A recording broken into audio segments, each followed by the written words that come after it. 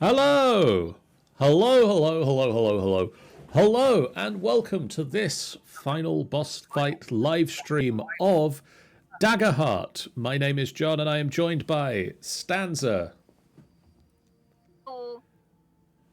By Sean. Bears. And by our special guest, Daryl. Hello, I'm not a bear. That's what a bear would say. Who informs us he is not a bear, so he could be undercover. You are right, Sean. He could be undercover. We are back to another session of Penny Heist. I have just seen that there's a new zine game on Kickstarter at the moment called Unleashed, where you play as criminal dogs. And their Kickstarter stretch goal is anyone who backs a copy of the book, if they hit the stretch goal, gets a picture of their dog in the back of the book. Oh, I don't have a dog. I just draw a picture of a dog. But we are here now to play Daggerheart, which doesn't have anything to do with dogs. You say that, John. Last time, you guys travelled through the Sablewoods in a carriage to deliver a mysterious large package to someone known only as the Whitefire Arcanist at the behest, it turns out now after reading some of the earlier bits of the book, at the behest of Marlowe Fairwind, the right-hand sorcerer to King Emerus, is why you did this thing, on promise of a reward upon your return.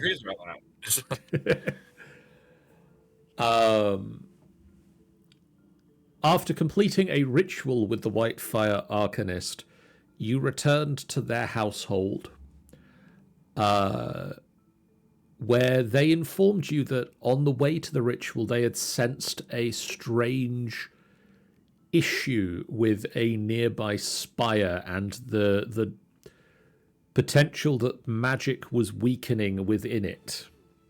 It has been about a week since then. And the Whitefire Arcanist has sent you on a further extension of your quest to gather a rare magical component from the Kinnikozan Yags, or Kinnikozan Jags. We're going to go with Jags. You have booked passage on the Royal Airship Windfall, a new Navy airship that the commander boasts is the fastest vessel in the sky. The journey that would have taken you a week on foot or on horseback will only take you 2 days aboard this airship. As we get into this, could I ask you to reintroduce your characters, bearing in mind that you are now aboard a airship flying across the tops of the Sablewoods, wind whipping past you, and let's start with Sean. Screw you, John. Well, I'm Barnaby.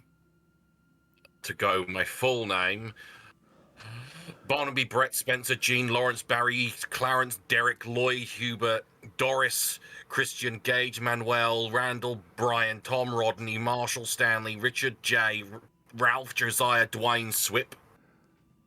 Sway says Stanley twice. I am a master of my own fortune. I procure things that aren't being looked after properly, so I take them in and look after them. I am a simia, which is like a monkey person. So I look a bit like I described him last time. He looked a bit like a squirrel monkey, but a little bit more human. He's got a pretty much permanent shit-eating grin, and a gold tooth, which is always showing when he is doing this shit-eating grin. Stanza. I'm playing Rhyme, who is like a blue dragonfly-ish person, so fairy kind, I believe was the term. Their shoulders are covered in tattoos, and every tattoo is an oath. And they're a sorcerer who also has a tattooing tool that is of particular personal value to them. And I think Jura is like on this airship speeding along, so like they're probably finding shelter from the wind. So it's like, absolute sure not to blow off. And Daryl. I am playing Sid. Sid is a ribbit, which is a frog, very small frog person. He's red with black kind of freckled spots all over him, and he carries a broadsword and a short sword. He was an ex-pirate, now kind of like moonlighting as a bodyguard, mercenary, taking whatever comes his way to fund his adventures. The RAS Windfall is a sizable frigate built for cargo capacity without sacrificing speed or weaponry. The ship soars through the skies like the most graceful of birds, sails billowing as the top folks climb and swing along between the 3 upward-facing masts and 2 that emerge from the ship's sides, 1 port and 1 starboard. On the foredeck stands Commander Augustus Kane, a broad-shouldered human with a growing reputation for both valor and efficiency. He leads the troops. I imagine he has a magnificent moustache. Let me double-check the picture. He doesn't have a magnificent moustache, but he does have a very fancy hat. I don't care what the picture says, John. He has a magnificent moustache. Okay. Just doodle it on his face.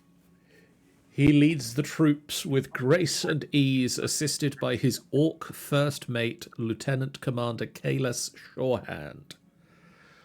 The ship's magical engine produces a constant low hum that fades from notice of most aboard after a few hours.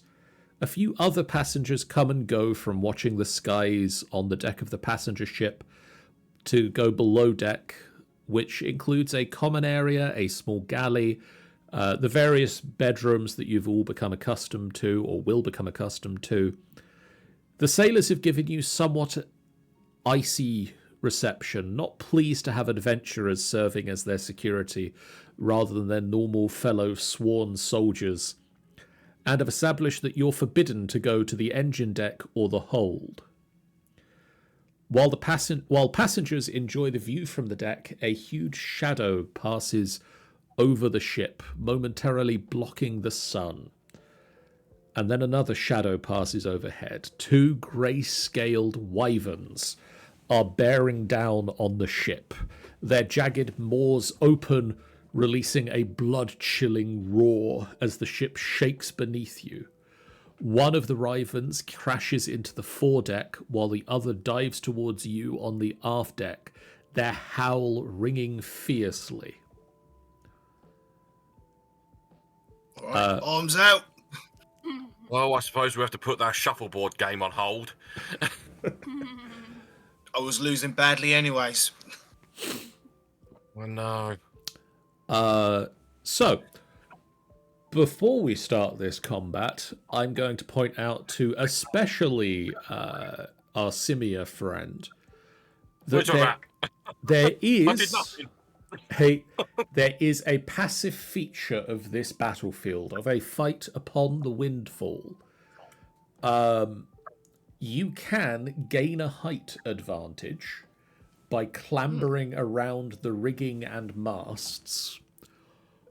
Oh, really? It takes an agility roll of DC 14. If you make an attack from the rigging or from height gained by climbing around the ship, the attack is made with advantage. Mm. Oh, really?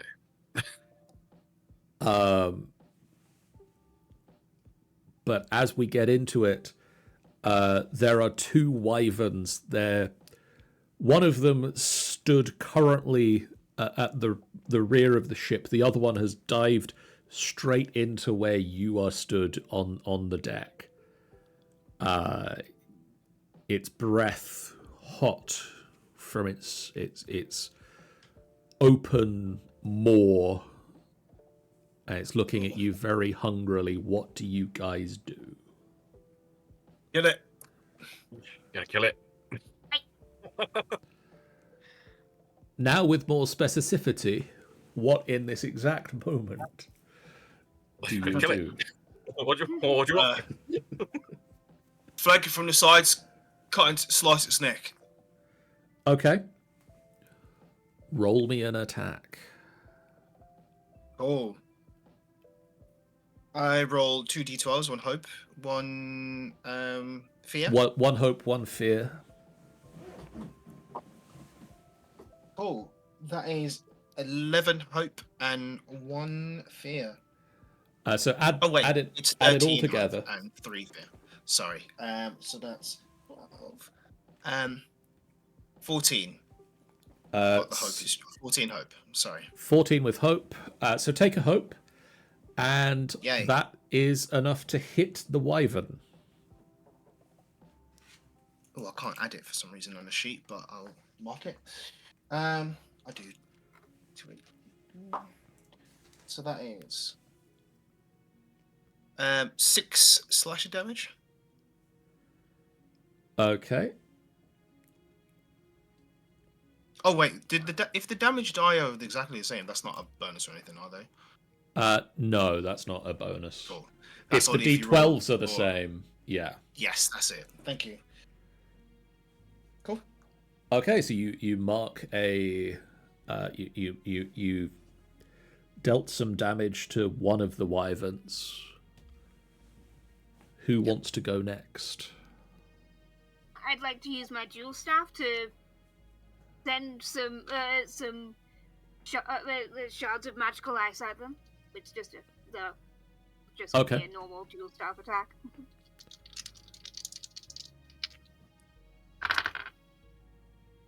Hey, that's 14 with hope.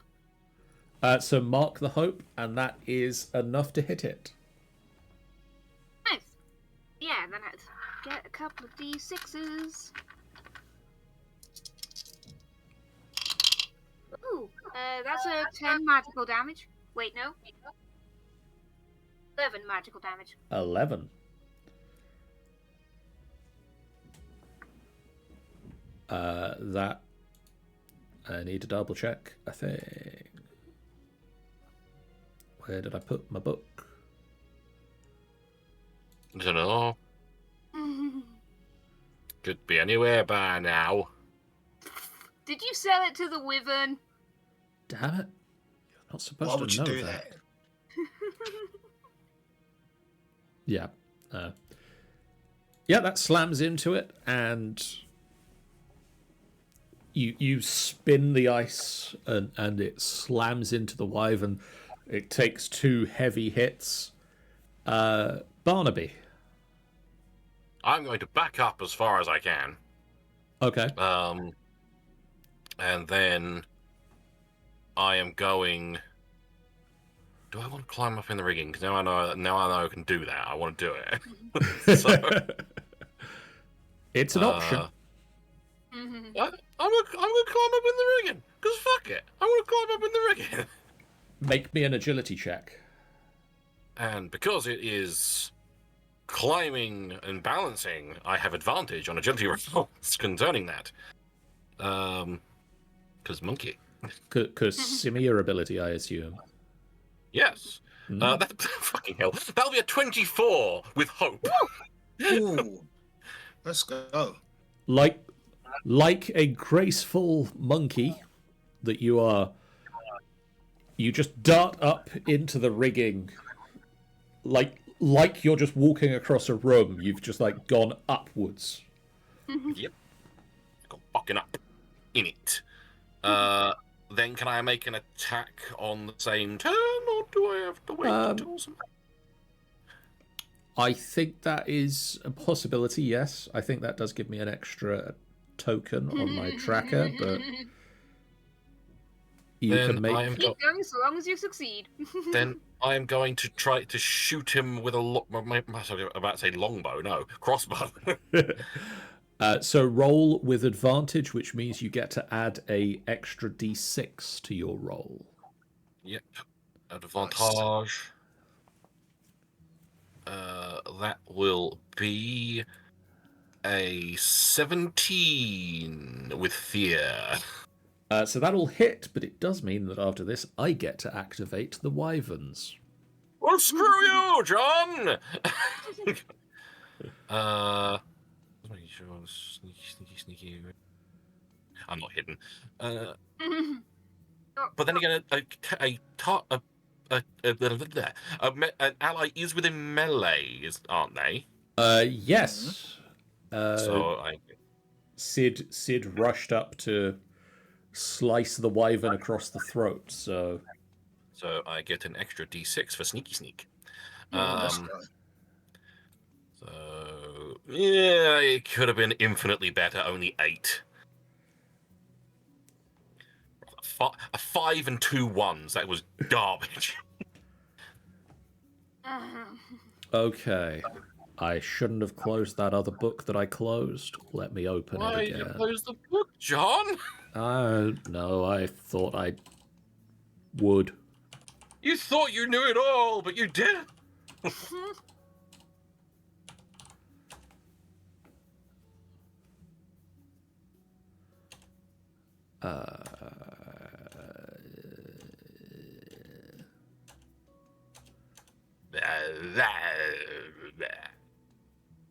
Okay, that's the bit of the book I needed to get it to. That book I can close. This book I need to roll from, so I will not close it. He says closing the book. So the wyverns have an ability, a passive ability called Relentless, which means that each of them may activate twice per GM move. So that's fun for me. Not very nice.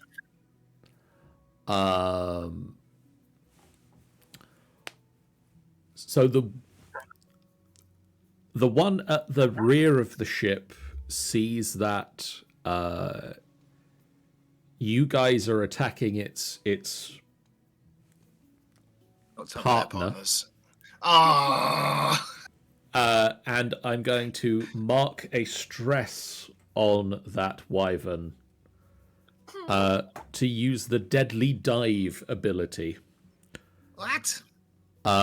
Which means it gets to pick a point within far range and move to that point and make an attack against all targets within very close of that point. Wonderful. So it is going to attempt to do an attack against both Sid and Rhyme.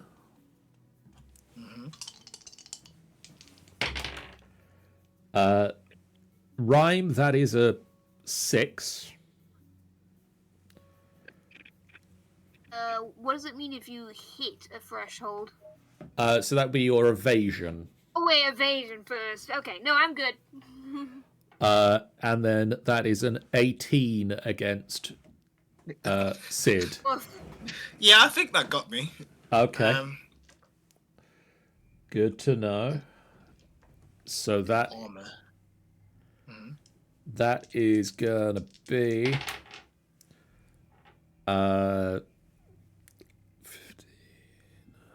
21 damage. How do I reduce that again? So you can armor slots. You spend armor slots to reduce the damage by an amount equal to your armor value. 21. 21. That's a lot of damage. I don't know if I have enough armor slots to reduce it to minor damage. Because my minor damage threshold is 9 and my severe damage threshold is 18. So if you reduce Yeah, I it think below severe, you only take 2 right. hit points. I'm gonna spend 3 armor slots to take 2 damage, and Do you need I'm going to spend three? retaliate. Is it 3? Well, it's oh no, I mean, like, you minus the armor, don't you? Yeah. yeah, So you, that's how it works. Oh, so it's 21. My armor is full. The damage is 21, so that's already so if you reduce it by 1 armor slot, almost like yeah. that'll take 4 off Yeah. of it. If that does reduce it below 18, so you'd take 2 hit points. Yeah. But Yeah, that's fine. Okay, that's fine. And I'm also going to retaliate. okay. Yeah, I could just do damage to it. 1d8 plus 2 damage. That's a 5. Okay. And I also mark a stress to do that. So it's 5 damage and I mark a stress. It is then, as part of its as part of its relentless ability, it is going to attempt to bite at Rhyme. Oh. And apparently, Rhyme, you're just magical, because that's a 5 to hit you. Oh. I'm just rolling out the way because I am not taking to the wind on top whilst aboard a speeding airship. Meanwhile, the second wyvern is going to attempt to bite at Barnaby, and just sort of flaps its wings to take into the air and bite at Barnaby for that would be a 9. Barnaby, does a 9 hit your... No. No. Okay. No. Gosh, Hank. Then I'm going to try and... I'm just trying to give it just a shake. So. Just a head shake. Just... Then it is going to try and bite at Sid. Right. No, apparently it was just that one dice I rolled, because that's a 7. That dice is going... That dice is going away for now. No, keep that dust. Only roll that dice. Only roll that one. But now that they've both acted, it is back over to you guys. Oh. How could I spend my hope again? How do I use it again? Sorry. So you can either spend hope to activate one of your experiences. Let me get the full list of things. There are certain abilities that you can use to spend a hope. Yes. It's also helping and a tag team, but I found out that each individual can spend hope on a tag team only once a session. Mm-hmm. Okay. Experience can be used to either add to the roll to hit or to the damage roll. Yeah. Well. Well. Keep hits it till the thing is dead. Keep well, kicking it. Kick it in the face. Fight back.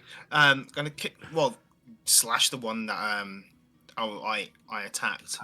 Okay. So we did damage to it. I'm gonna do a reckless attack. So I'm gonna mark a stress, and it means I get advantage on the roll. Okay. I add a d6, I believe. You do indeed add a d6 to the dice roll.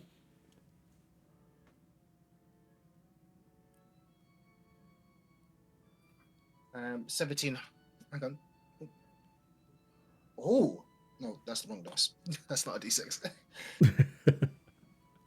That's a D.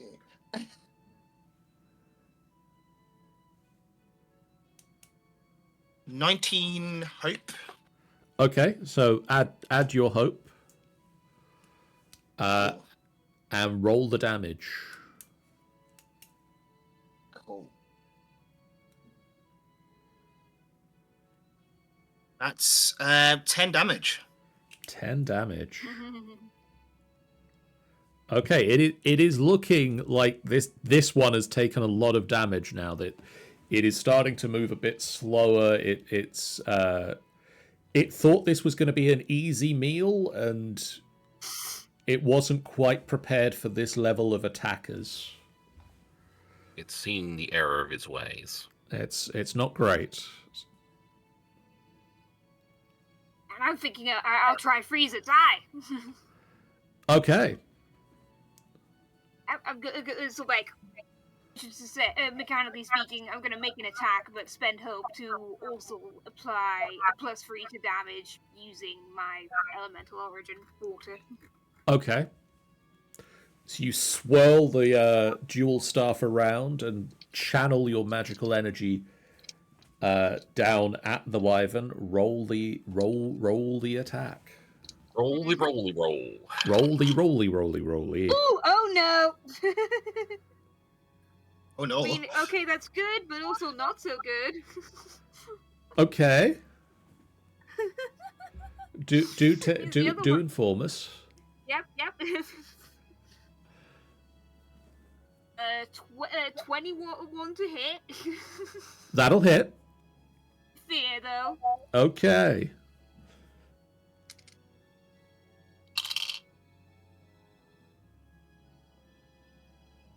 Uh, 12 magical damage. 12 magical damage is that hits its major threshold, so it takes 2 hit points. It is looking real bad. Oh yeah, let's go. But it is its turn. Or they both get a turn now. Of course. They're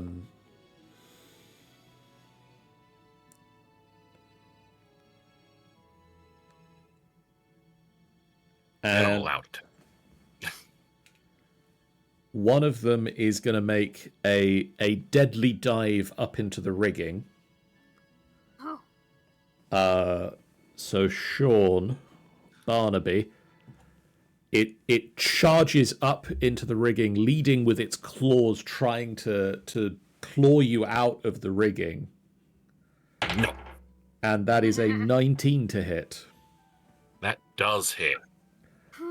That is gonna be. I need to find those dice. That is 13 points of damage. 13.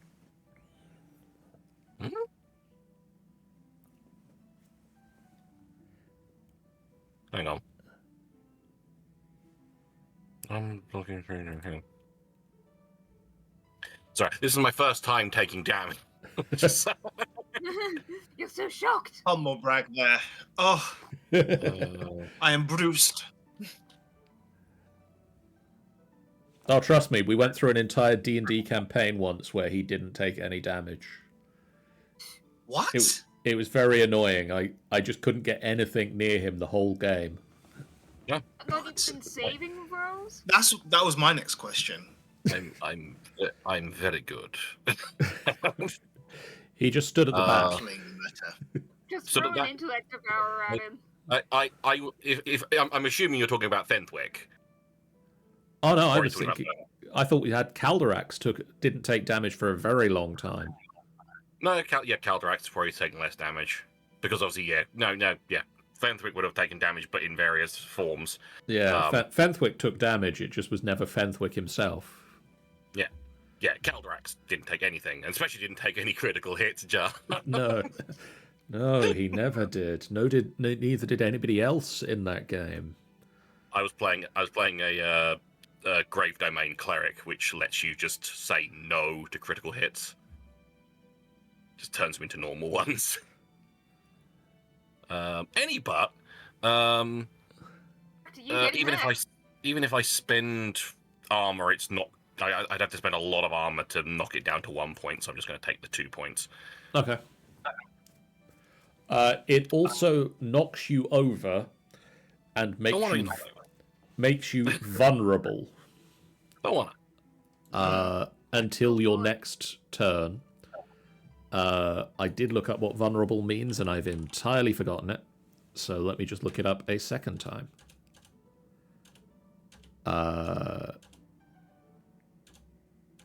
Rolls targeting you have advantage.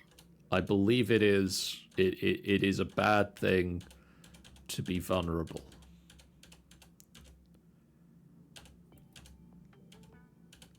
Anything that attacks you has the extra d6 advantage. Okay. According to this bit of Daggerheart Nexus. I'm gonna then have it roll to bite you. Oh, why is that? Well, that was a natural 20. Oh. And a 1 on the d6. So it is going to roll to do the bitey bite. What is its biting? That is that dice shape. There's my second one of those dice. That is 16 points of damage with its bite. I'm going to have to use armor for that. Yes. I'm going to have to use... I can use as much armor as I want, don't I? Yes. So I'm going to use 4 armor to negate that 1. Okay. Because you can only make it 1, can't you? You can't make it any lower than that. If you reduce the damage taken to 0, it becomes 0 hit points, I believe. Oh, right, so you can if you want to, but that would use literally every set of armor. If you've got enough armor. It means you don't take damage. I know. I know that. He knows that. We all know that. But I need to save some of my armor. I want to avoid taking damage from the next bite as well. Yes. Spending all our resources on the trash mobs. The second wyvern is going to try and bite out at Rhyme with its first activation, and that is going to be a 9 to hit. Just slide backwards on a little sheet of ice. And then it's going to sort of... It is going to see the error of its ways, and that this is not the easy meal that it suspected it was, and it just takes off into the sky and starts leaving. But there is still one of the wyverns, like several cuts in it, its eye encrusted with frost that has not quite got the message just yet. It's still here, still fighting. It is back to your turn now. Oh. So is this the one that's up in the rigging with me now? It is up in the rigging. It's like underneath you still, so you're still at advantage, but... And I am going to shoot that little shit. Okay. Is anyone in melee range with it? With you? No, with it. I'm pretty sure. Did it fly away from me? Or because I stayed to engage with one that I attacked first. I think it has flown out of melee range with you at the moment, but you could climb back up into range with it relatively easily. You're gonna have to. I don't have any range attacks. So, Sean, what were you gonna do? Because I was going to pop my Rogue's Hope, which would then give me 3d6 sneak attack damage rather than 1d6. I mean, that would probably kill it. So, do you want to go for it? But I can only get sneak attack if I have the person in melee, or if I hide. But I find it very difficult that I'd be able to hide in this. Yeah, it's like chomping Oh, right. at you. Okay, well, I could go take the Vanguard and take a swing at it, and then Go, do it. yeah. Okay. So, roll me an agility check to climb into the rigging. Please do well. Okay. That is 14 hope. Okay, mark the hope, and you, not quite as nimbly as your Simia compatriot, but you do climb up into the rigging, and you get up back towards the wyvern, and you are able to engage it in fisty sword cuffs.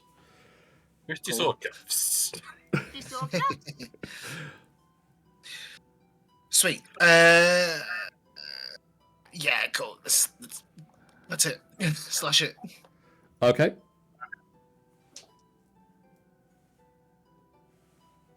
Oh no. Oh no. It's not good. Oh Is- no! It's 8. 8 hope. I'm okay, afraid at least it was with hope. it is with hope, so you get a hope, but that is enough to miss it, which gives it an activation. Oh Damn no. it! So it is going to try and bite both of you once. No, not allowed. Oh my gosh. Barnaby, that is a 15. Yep. Okay. That is that dice and that dice. That is a 6 plus 8. 13. 13. Physical damage. I gathered there's nothing that I can do about that. Not even if I spend armor, I'm going to have to take the 2. And then Sid, that is a 7.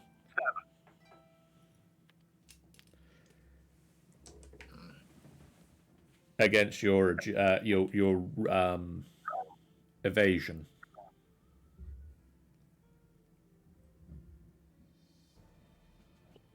I should hope it's more than 7. Against who, sorry? You. That's 7. My evasion is 8. I'm good.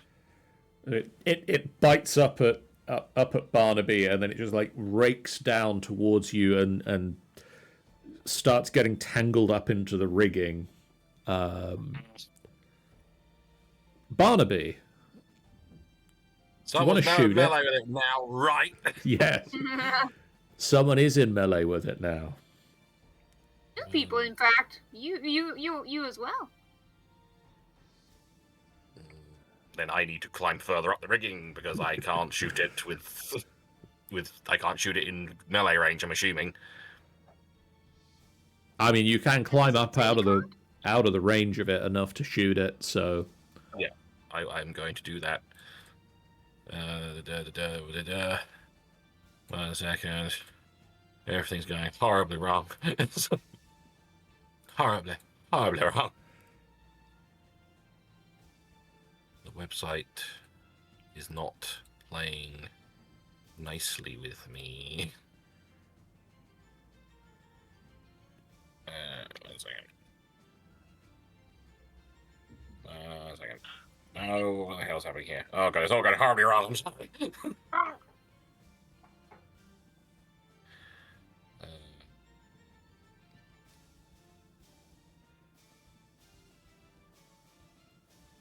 Right. Okay. There we go. I rolled a 20 in total, but that's Okay. 2 8s. So that's a critical hit. That's a critical hit. I didn't activate my bloody rogue hope thing, did I? Balls. Never mind. Balls. Ballsy balls.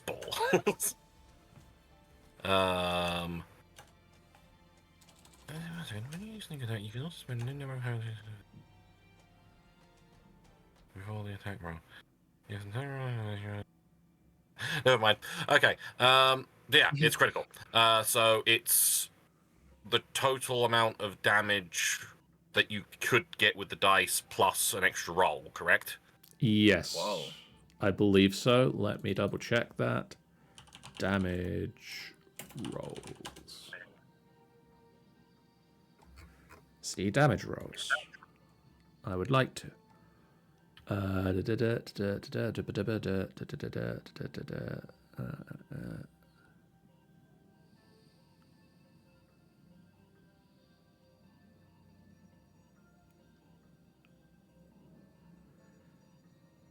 If your attack roll is critical success, it deals extra damage. Start with the full value of your damage dice, then make a damage roll. Yeah.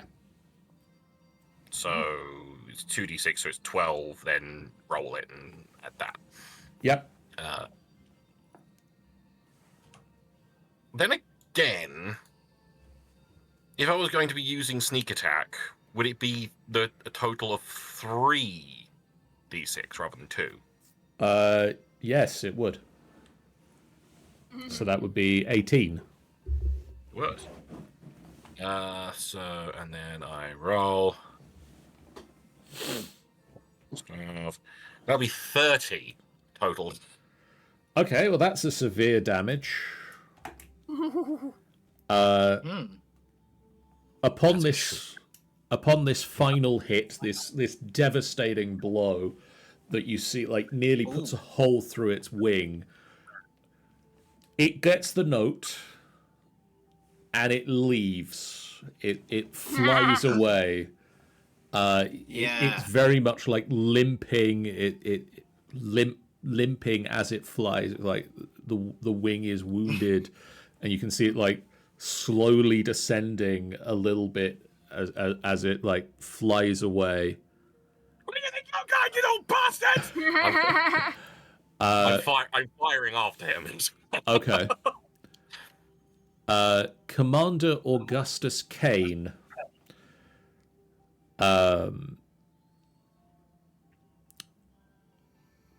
comes up onto the deck where you are and says, "That was quite a display. It normally takes a full squadron of my soldiers and a pair of officers to fight one of those things off, and three of you did it by yourselves. I suppose having adventurers aboard has its advantages.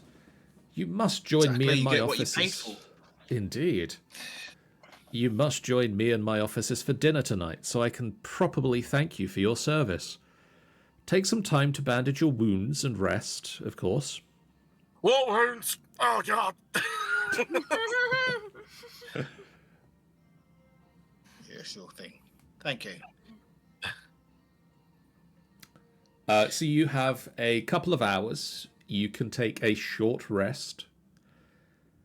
I need to remember what the hell you can do on a short rest. There's like a couple. We can each do So, two things, right? You get to do two options. You can take the same option twice. You can tend to your wounds, in which you roll a d4 and recover that many hit points. You can clear your stress, roll a d4 and clear that much stress. You can repair your armor, roll a d4 and repair that much armor. Or if you wish to, you can prepare yourself for what is ahead and gain a hope.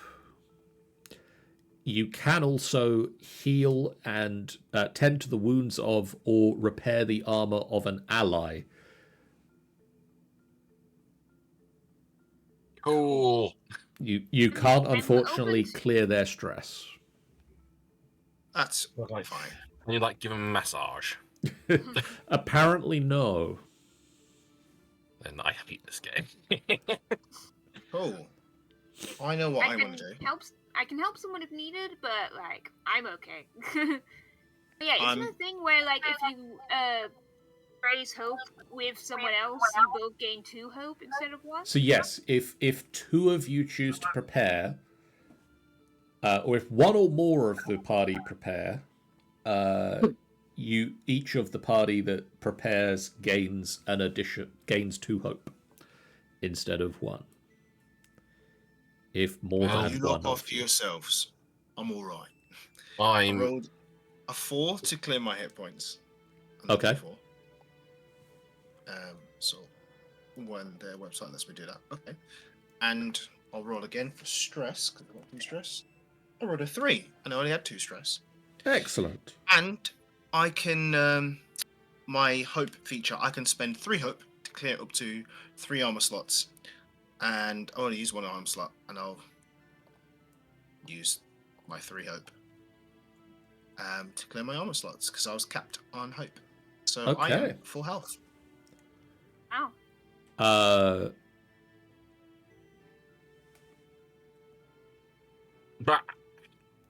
Excellent. Sean, Barnaby. Well, I desperately need to heal and do armor, so I'm going to attempt both of those things. Okay. I got 4 for armor. Excellent. Nice. That clears my armor. You both spend some time like repatching your armor, sewing it back together again, like placing it back in place after it's Yeah, just every time Sid looks over me, he recognizes what I'm using to like it's various things he's seen in other places. Mm-hmm. Like the bedspread at the inn and Mm-hmm. and just and hit points. Where is it? Where are you? Got 3 for that. Didn't clear that, but nearly cleared it. I've still got 1 HP. 1 HP marked. Okay, so Rhyme, you've got Yeah, I mean, like, it sounds. Ryan's gotten the impression that everyone's looking after themselves, so I think Ryan's just gone below deck and like found the comfiest chair and so I can maybe practice darts with their flying icicles or something. okay. So are you counting that as a prepare action? Yeah, I can prepare for hope twice, right? Yeah, it says you may choose the same option twice, so Yeah, because like I am fine for HP, stress, and armor. okay. It also while you are down below and you're flinging ice darts at the dartboard, it gives me some questions to ask at this point in the game. So I'm going to say, Rhyme, why do you think the wyverns attacked the ship? So we're over the Sablewood, right? Yes.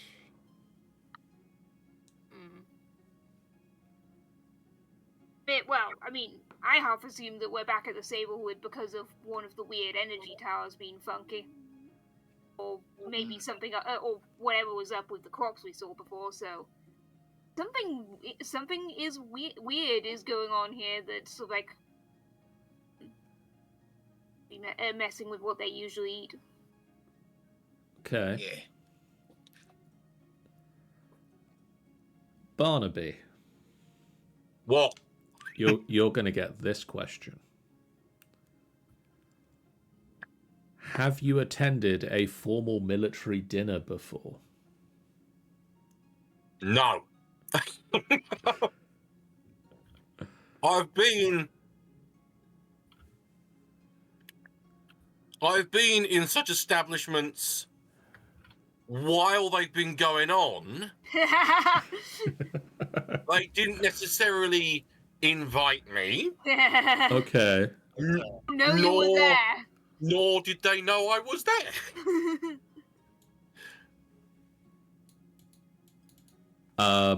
And finally, Sid. You've heard rumors, you've heard stories of a dashing pirate crew that sail over the Sablewood, led by a Firbolg named Calliope Crimson. Oh, yeah. What rumours have you heard about her and her crew? Well, she has a kind of certain charm that she employs for recruitment. She doesn't promise anything, doesn't suggest anything, but the crew end up joining her one way or the other. She's very persuasive and is a woman of few words. Okay. They get in, they do their job professionally, and there are minimum casualties, but their legend precedes them. Okay. Eventually, it is time for dinner. And you arrive at the captain's quarters in the early evening. Banners, awards, and a large painting of a battle fill the walls of the quarters. At the back stands a sturdy desk beneath a stained glass window that catches the last glow of twilight. Magically lit sconces cast the room in warm tones. At the centre of the room is a heavy oak table, a dozen feet long, with matching carved seats.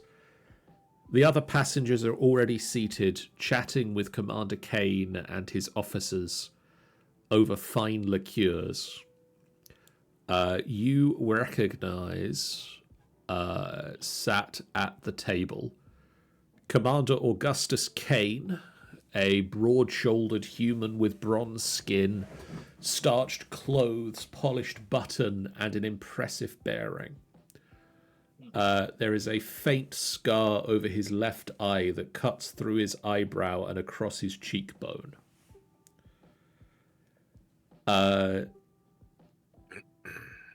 Lieutenant Commander Kales Shorehand is a small but well-built orc of middle years with close-shorn black hair, grey-green skin, and tusks that curve upwards from her lower jaw. She is sat here as the picture of poise and control.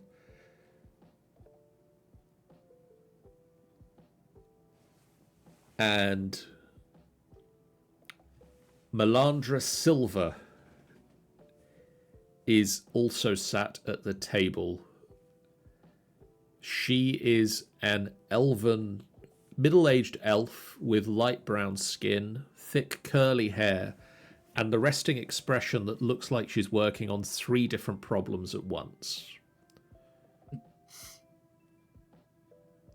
And they are sat down each with drinks in front of them, and there are 3 sets of 3 empty chairs, 3 sets of drinks across from them for you to sit down.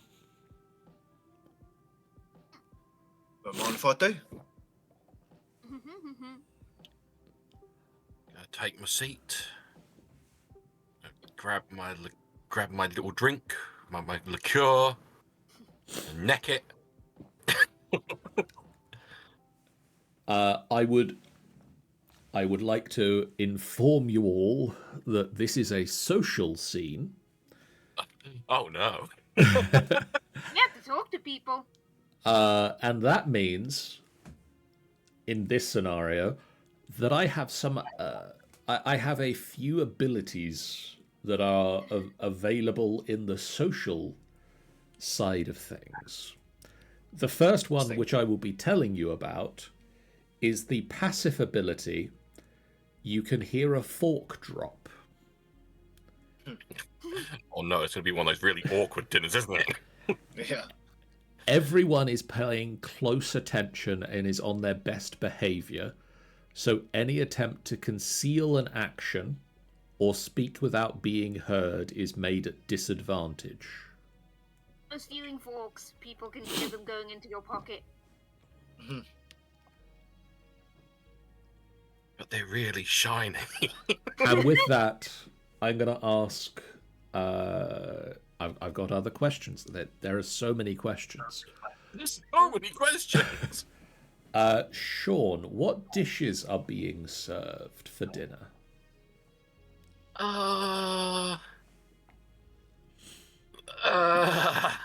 Those cockatrices? I mean, there's a nice soup. There's a nice soup. Okay. It looks like a hearty soup. It's like got a lot of like root vegetables and like chunks of meat. Probably the closest approximation to beef you can get in this world. I'm assuming you can get. I'm assuming we got cows. I don't know. I think cow is an option. But yeah, there's nice hearty soup to like start with, and then there's also like a roast, like a big haunch of roast. Actually, I'm gonna say it's like a roast, like to kind of take from Stanza. It's like it's some sort of roast bird, but it's not quite right. It's like its legs are far too big, and it's it's still got its like neck and head attached, and it's not a chicken or turkey or anything. It's hard to tell what it was, because especially since we're over the Sablewood, where there's a lot of like weird intermingling, like creatures. So it's like a, I don't know, like a turkey boar or something like that. Okay, so the little tusks out of its little beak. Yeah, like tusks out of its beak, kind of the beak kind of like ends out like a flat, where almost like a snout, but it's not a snout. And Okay. Looks like there's like some they didn't like get all the hair off the face and everything, so it's like the hair's like, you know, when like you get like pork scratching and it's like still got the hair on it. It's like fried hair. It's not it. The head and everything is not nice to look at, but the rest of it looks rather nice. Okay. And that is served with various roasted vegetables and other things that you would have with a standard roast. Yeah. And they've not brought dessert out yet, so we don't know what it is. I don't know what that is just yet, so that'll come up later in the meal. Of course, they'll come up with dessert. Yeah. Kane is impressed with your abilities at taking down the wyvern earlier. His magnificent moustache glistens in the light.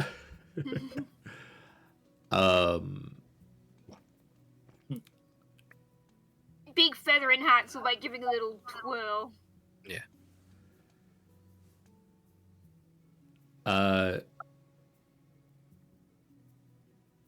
Kalis is impressed, but doesn't talk a lot unless she's being asked a specific question.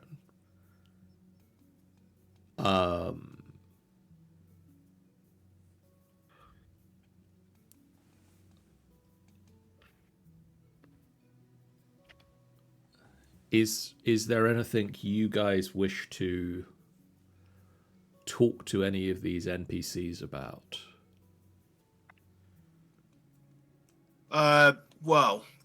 Thank you for inviting us to dinner, and the kind words in our martial prowess. You know, we're doing as we're paid to do. We're here to protect the crew, keep you safe on this journey. You didn't have to reward us with this dinner, gracious as it is. And I don't mean to sound forward, and I don't want to speak for the rest of my compatriots, but in my experience, I'm guessing you're asking us to dinner as there might be something else you want to talk to us about, or something else that our skills might be needed for, and something you want to discuss in a safe place on equal footing, I'm guessing. Let me know if I'm jumping the gun. Just, you know. Old habits die hard. Melandra, the elf, smiles, looks at Kane and just says, You couldn't get one over on them, could you? Yes. My name is Melandra Silver. I am an engineer and mage by trade. I invented the silver engine that powers this very ship. Myself and Commander Kane are seeking a treasure hoard of Captain Key, a long dead pirate. We have procured a magical device, an artifact, that we believe will project a path to this treasure, but we can't figure out how to activate it. We try giving it a swift kick. I was wondering if you might, and she looks at Rhyme, have any insight. Do you have it with you right now? She pulls out a as dinner is this particular course of dinner is wrapping up and cutlery is being settled down. She pulls out a bronze astrolabe. Barnaby is drinking the soup from the bowl and not using the spoon. Didn't hear a bronze what? A bronze astrolabe. Oh, cool. Make a finesse or knowledge roll to look at it. Can I That's make Barnaby. a pirate? Those are both I mean, bad, but I can give it a try anyway. I know. As Barnaby wipes his mouth with his sleeve, he leans over to Ryan and goes, "Try giving it a swift kick." I'm gonna shake Can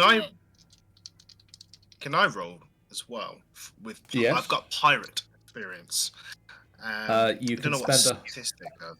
you can spend a hope to add that to either finesse or knowledge roll. Yeah, I was just thinking, hey, maybe my patience will mean I can take some time looking at it to Finesse. find a way that it might work. Oh, gosh. If that is acceptable. Yes. 17 fear. Okay. I take a fear. Should I still So roll? do I. Because that Yep. sounded like a really good roll. Okay. You can still roll. Okay, that, I think I'm gonna, I can't tell what that rolled on, so I'm gonna re-roll the fear die, but it's gonna be with fear either way. Okay, that was really bad. I'll take another fear. At 5. Okay. Oh, You both look at this astrolabe and start sliding bits around, and you start to work things out, and there's this flickering of light in it as something starts to activate. Self-destruct sequence activated. swear I didn't kick it. It weren't me. It flickers, doesn't quite activate when suddenly dinner is interrupted by the blast of an alarm as the Windfall comes under attack. Oh my gosh. Again. Kane and We're in the Kalis middle of dinner. Kane and Kalis leap to their feet and charge out of the quarters. Well, can't ever say that I'm bored on this gig. Alright, let's have a look. Yep. One day we'll get where we're going. He's going to take one of the legs off the bird. You And emerge. That's going to be carried around. That's going to be carried around in his tail throughout this fight. You emerge to a chaotic scene. The Windfall is attempting to evade a smaller, more nimble ship with blood-red sails. Oh. You can see that this is the Crimson Cloud. 3 grappling hooks sail over and latch to the Windfall's rail and pull the pirate ship in to ram its steel prow into the Navy ship, and pirates pour over the side, ready to fight. There are five pirate boarders now aboard the ship.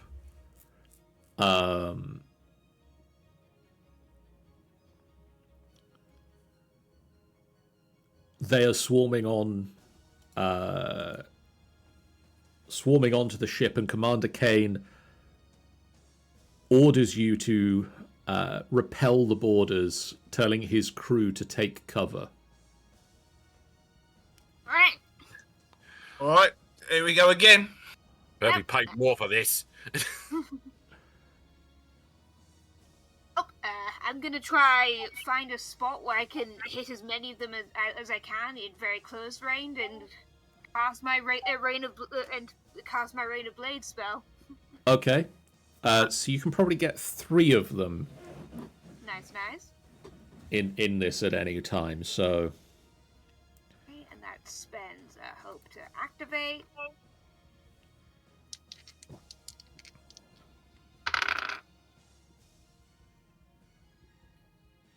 Yeah, that's a 9. Oh. I'm afraid a 9 misses. No. That's what happens when I'm cautious and I'm like, maybe I won't spend a hope to up it. So that means that I get to activate. That might have been with fear as well. Oh no.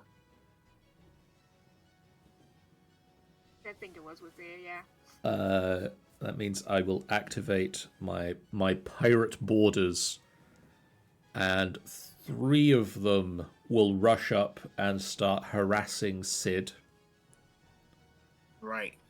Not attacking him, just harassing him. Yeah, it's just Run up and start taking the nick out of your clothes. I'm naked though. Yeah, No, I'm not. it's weird. Put some pants on. That's a 12 to hit. Yep, hits. So that will be 15 physical damage. No, je le physical. I'm gonna spend 2 armor slots to reduce that to. So it's 15 physical, did you say? Yes. Armor reduces it by 4, so that's 11. 2 more armor slots reduces that to 9, so that's 1 hit point. Okay, cool. Okay. And then it's back to you guys. Right, the guy. Oh wait, I can retaliate. Yeah. Yes. I can retaliate. Oh, hang on. Vengeance. Sorry. It's When yours. I'm hit by. Well, it is mine. When you are hit by an enemy in melee range, immediately roll a number of d6 equal to the amount of hit points you marked. So 1d6 because I took 1 damage.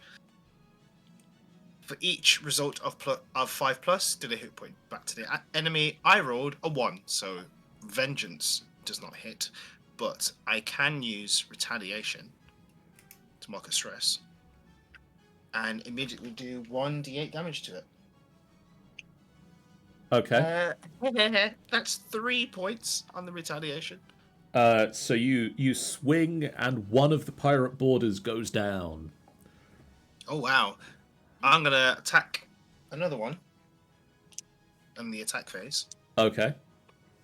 To make sure I hit, I'm gonna use my Know the Tide ability because I gained a fear. I could spend a fear token before I make an action roll, and add it as a +1 modifier to my roll. Okay. Cool. So.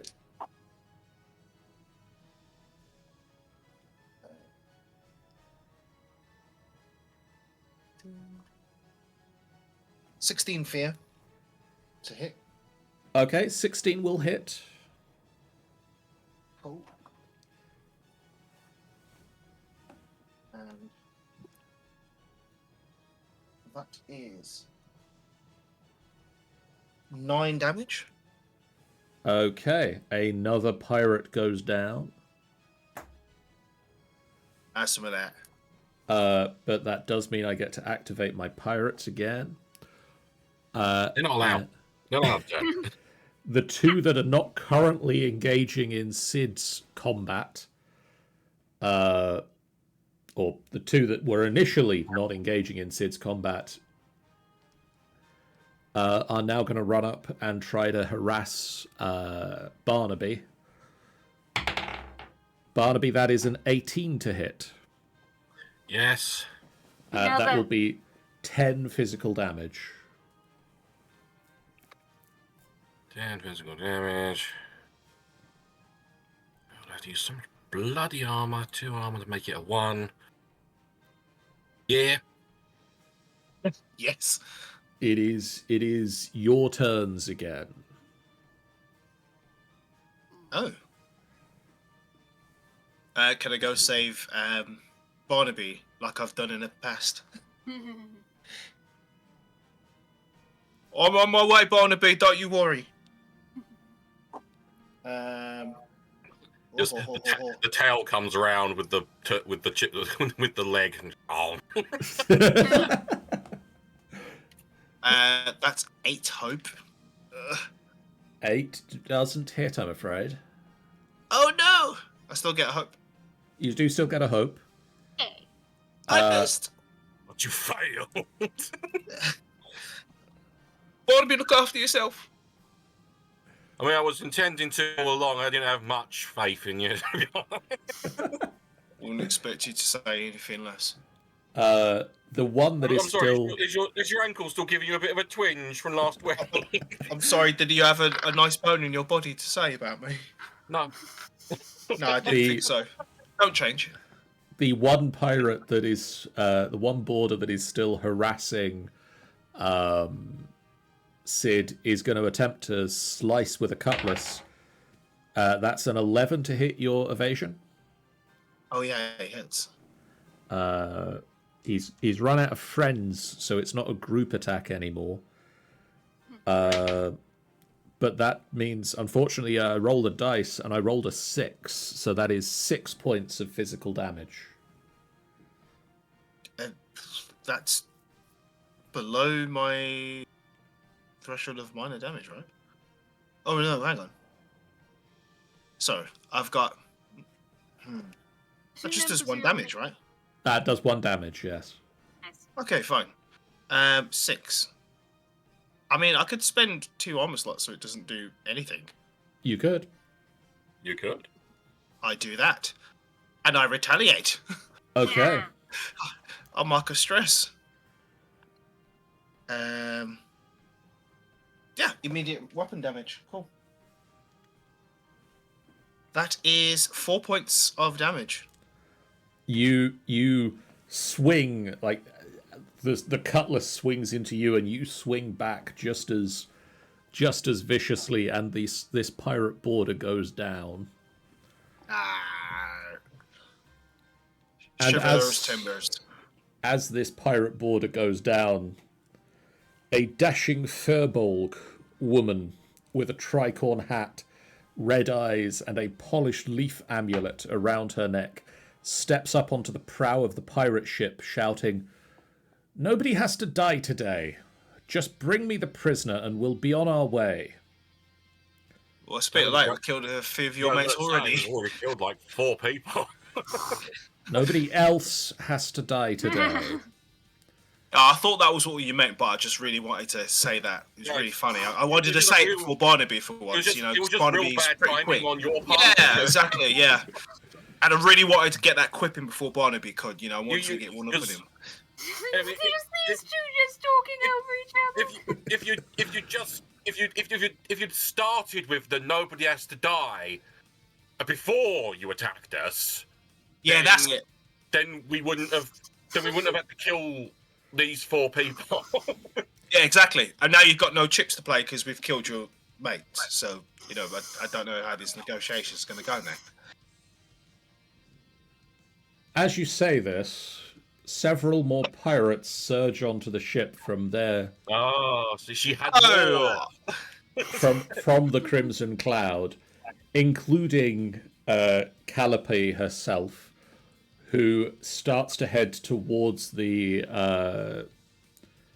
stairs down below deck. Commander unchallenged? Kane. At the moment, Yes, it's okay. still box text. Okay. Commander Kane draws a wand that. Box text that consumes. Commander Kane draws a wand that glows white-blue with magic, but before he can use it, a group of pirates hurl a net that envelops him and his officers. Classic. He yells at you, "Blasted pirates! You lot get below deck and cut her off. We'll hold the rest here." All right. Okay. Yeah, that net. Just so it would only last a turn, but I made part was like, hey, maybe Shadowbind might work. Helps people moving. Like, you people are officers on a ship. No. And they all stood next to each other to get caught in a net. They suck. Fuck. How have they survived this long? And numbers, that's how they said they dealt with a wyvern. I know. Yeah, but this is the same people who, the second these pirates attacked, sent all of their people below deck. We'll charge them double once we're done with the pirates, but let's go.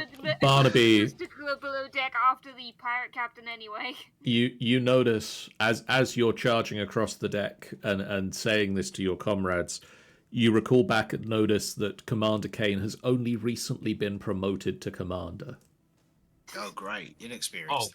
Oh, God, we've got a noob. Green hat. Well, let's go after Calliope then. Isn't it? It's like that guy in Aliens who's like, how many drops have you done? Like 20. Simulated. Gosh.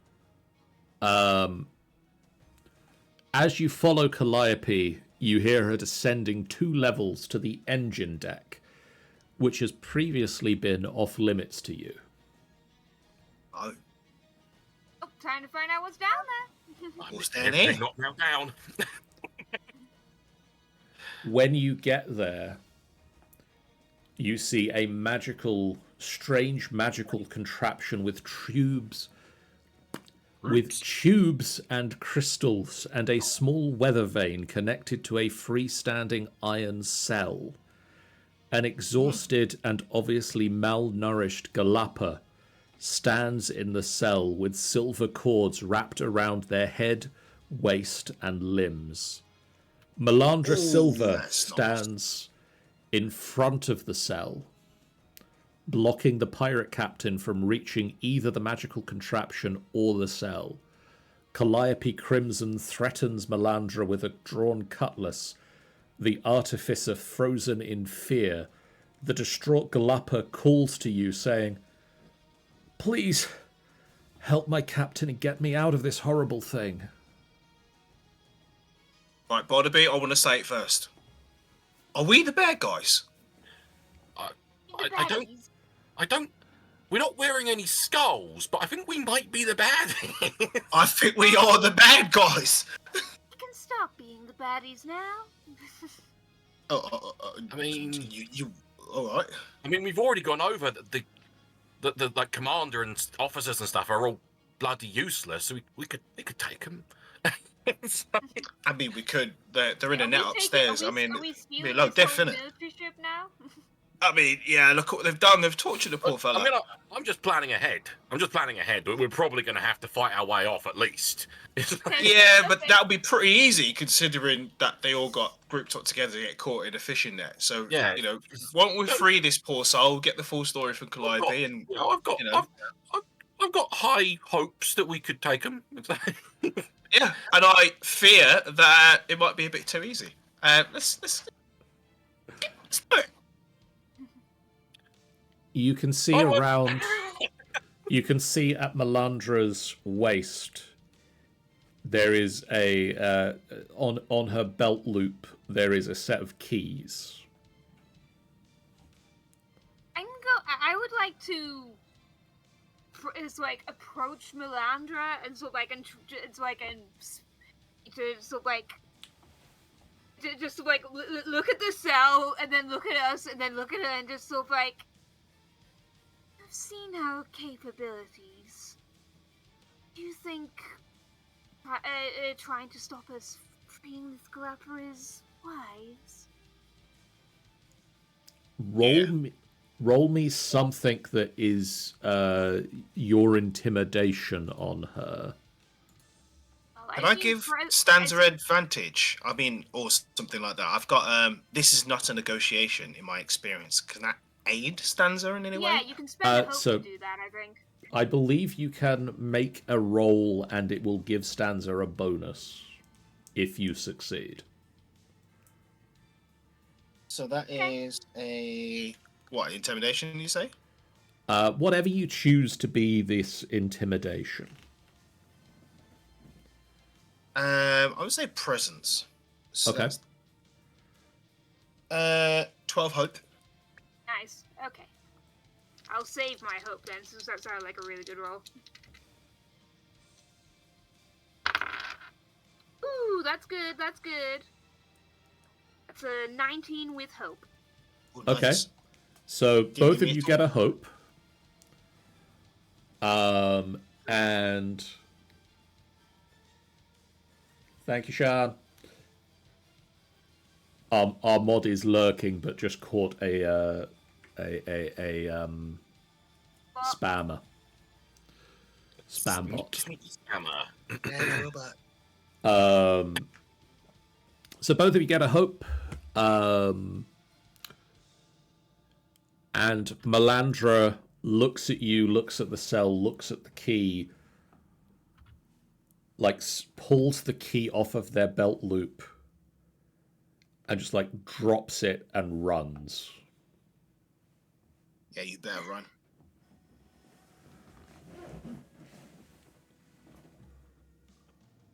Well, if no one else is, I'm taking the keys. At least let the Galapper out.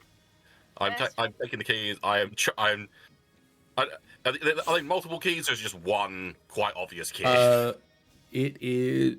There are multiple keys, but it is quite obvious which one is the one that stands out from the rest of them. Then I open the cell to the Galapper. Oh. Open the cell. Okay. As you move to open the cell, you hear the thundering footsteps down the stairs outside. Oh, here we go. Is this the lieutenant? Gosh.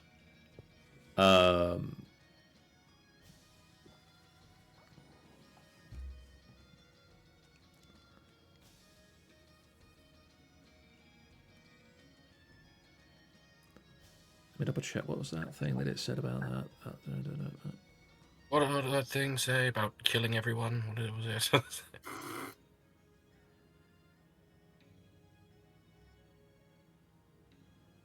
Okay. So you get the cell door open, but unfortunately, Del, the Galapper, Del Pond, the Galapper, is still tangled into the wiring, and so it will take some time to untangle them, and some checks to do it without hurting them. What kind of checks would we be after? We'll get to that. We'll get to that though... in a moment. Because bursting in through the door that you all entered through is Commander Kane, who raises a fearsome-looking blunderbuss at you and Calliope. I'm afraid you've seen too much. You'll be making an early departure with this pirate cur. And we now get into the combat titled The Commander's Wrath. Yeah, we didn't pretty much. We saw you get caught in a fucking net. Yeah, exactly. Well, he got out, so that means he took care of the fellas upstairs. Yeah, but not really impressive at this point. We saw him got caught in the first place. It's... Yeah, true. I mean, let's take him out now. Okay. It is your turn. Your turns. You can attack Commander Augustus Kane, Navy Commander of the Windfall, or you can spend an action to attempt to disentangle Dell from the machine.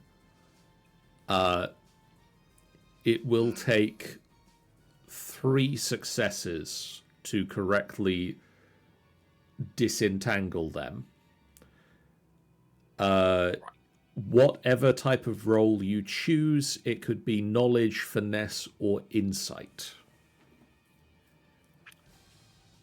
Or if you can think of something else that might use something else, those are the likely 3 options. What would you like I've got to... pretty damn good finesse. Is knowledge hate what or things. finesse? My finesse is rubbish. knowledge, You've got to finesse, stop or him from shooting insight? us in the back away. Sorry, I missed it again. Knowledge, finesse, Sorry. or insight are the 3 the text suggests. Insight? Do you mean instinct? I'm going by what it says in the book. You don't have insight. I I'm don't going to see an then guess insight. they might mean instinct. Okay. But yes. By the way, I would like to try and get Dell out. Okay. I'm at the door. I'm at the cell door anyway, so I might as well give it a go. Okay. So I'm going to get an action point. Roll me a... Well, tell me how you are doing this. I'm just getting in there with, like, I am pretty much I'm hanging on by one arm and my tail to the cage, and I'm using 2 feet and another arm, another hand, to just be kind of like untangling the cables and Okay. wires and things. So I'm trying to do this with some finesse. Roll me a finesse check. The difficulty is 14. Do I have anything that can improve my finesse rolls? I'm making sure before I continue this. Do any of your experiences apply to this? Sadly, no, I don't believe so. I've got Steely Bastard, Sneaky Bastard, and Silver-Tongued Bastard. You're not feel- you can't logic it that you are stealing this captive away. I'm sure I could attempt that, but I'm sure John would say no. So, I mean, I don't think pick and pull would be a thing here. But pick and pull is I have advantage on attempts to pick non-magical locks, disarm traps, or steal items. So I mean, that This isn't a might trap. work. might work. Yeah, I'll give you that. I guess it's a similar kind of intricate. It is an intricate thing that you're trying to do that disengages a contraption. So I will accept that. That's a 21 with hope. okay, Let's go. mark a hope, I'll and mark a hope. I will mark 1 success on a new tracker I've just written in my book that tracks that you have done one of the 3 that you need to successfully disentangle Dell. I got like one of her arms are kind of like a bit freer now. It's not quite as tight around her and everything. Yeah. Can I try and slip the commander over with sort of like a little puddle of ice or something? Okay. would that be basic? Would that mechanically amount to spending hope and doing an attack roll, or would it be spending hope and just rolling magic? Or I think that would be an attack roll. okay. Oh, but would it be spending hope or just? If you're activating an ability, then yes. Okay, I just want to make this. I just want to slip him over to make it harder for him to do stuff. But Okay.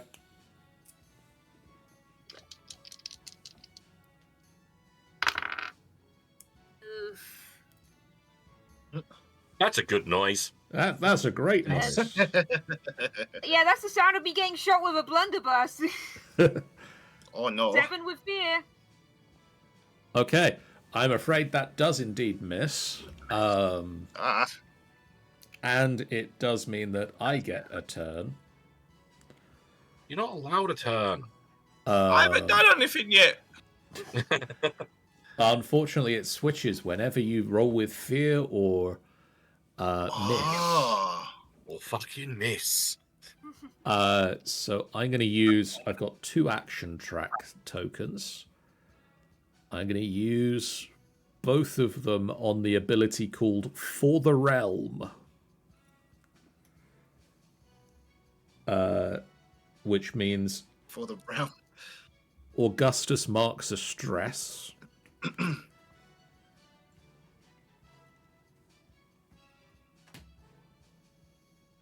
And...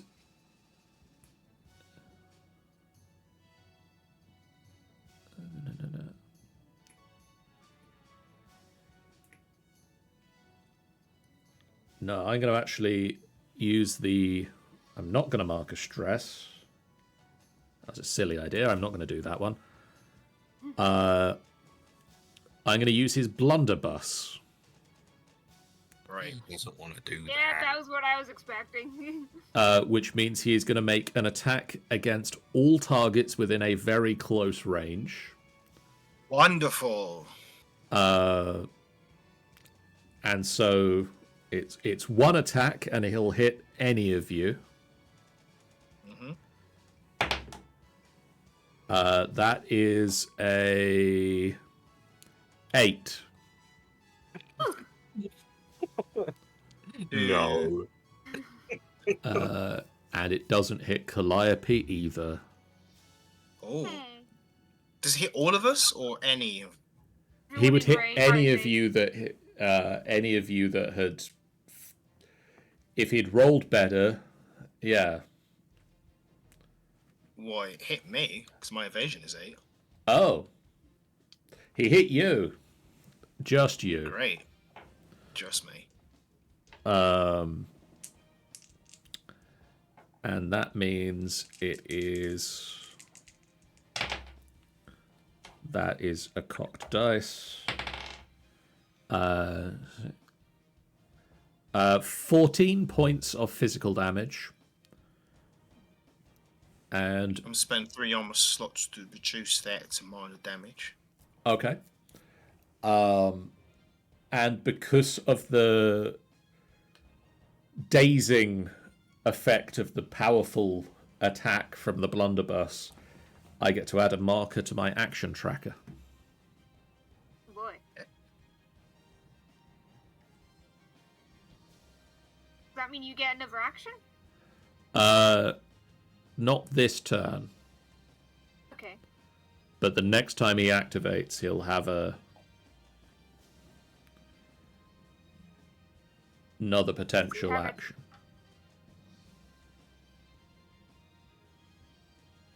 Can Sid counter now, or So Sid, it is up to you now, I suppose. It goes back to you guys now.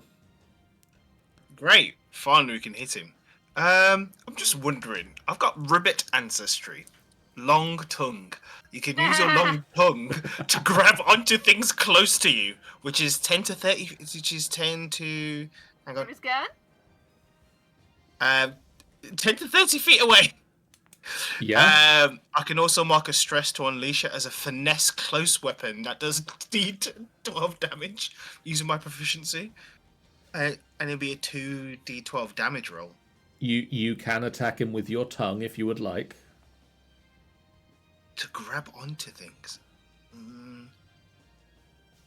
can also mark a stress to unleash it as a finesse weapon. Can I grab his gun with my tongue? Let me double check because I'm wondering if they gave me disarm rules. Okay. I should hope so. You'd hope so. Not on the Nexus. They're not in the rules at the moment. Son of a biznatch. That's fine. I'm going to go into unstoppable Kaoken. So, and I'm just gonna hit him. Oh wait, I'm gonna use a reckless attack and mark a stress and get advantage because this guy needs to die. He does. So that is 15. How much do I get? Hang on.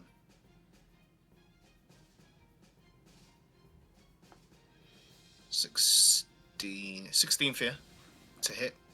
Okay. Oh wait, no, it's not. It's 19 fear to hit. 19 will hit. And does that? What do we do? One more point. Yes.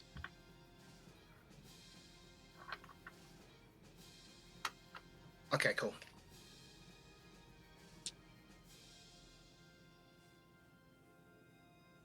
No, wrong numbers. So that is 12 damage. Okay. His coat, his enchanted coat, diminishes the strength of your blow. Great. And reduces that to a minor damage. One of us are gonna have to nick that then. Yep. I'm on it. And because you rolled with fear, he is going to get to activate. Boy. Cool. And he is going to start off. First token is going to be to activate Stolen Power. He produces that wand you saw that glows with a white-blue power and unleashes a powerful magical gale that threatens to push you back off your feet, Sid, because you're the only person very close to him. Off my feet. Can that happen? Okay. Oh, you can't be knocked prone, can you? I can't be restrained or vulnerable. Okay. And I gain resistance to physical damage. Oh, so make me an agility check.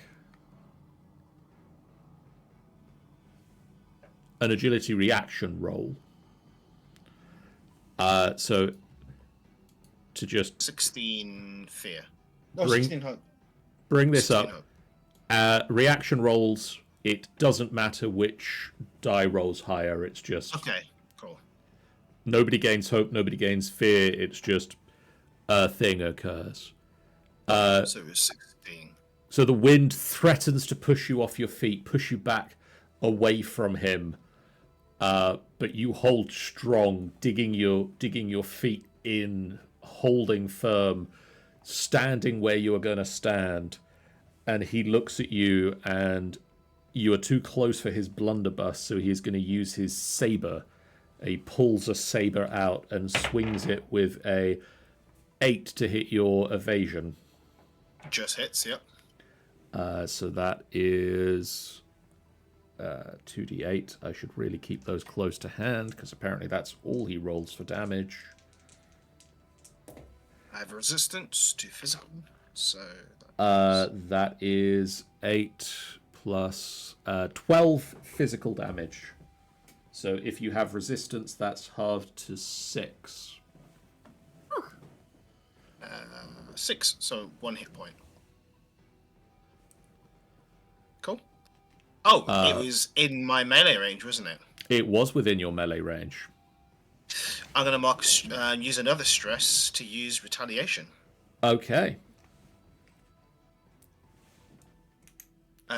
That is 10 physical damage. Okay. Yep. He takes a hit point. This coat that he is wearing, you can see it like glows as you hit him, and it's reducing the effectiveness of your attacks. Right. But it is back to your guys' turns. I think I'd like to turn my attention to trying to get was it Del Pond out of the bonds. Okay. I think I'd like to spend hope to use my know when to get out of dodge experience, because I feel like getting out of bonds. This seems like a time to get out of here. Yes. Yeah.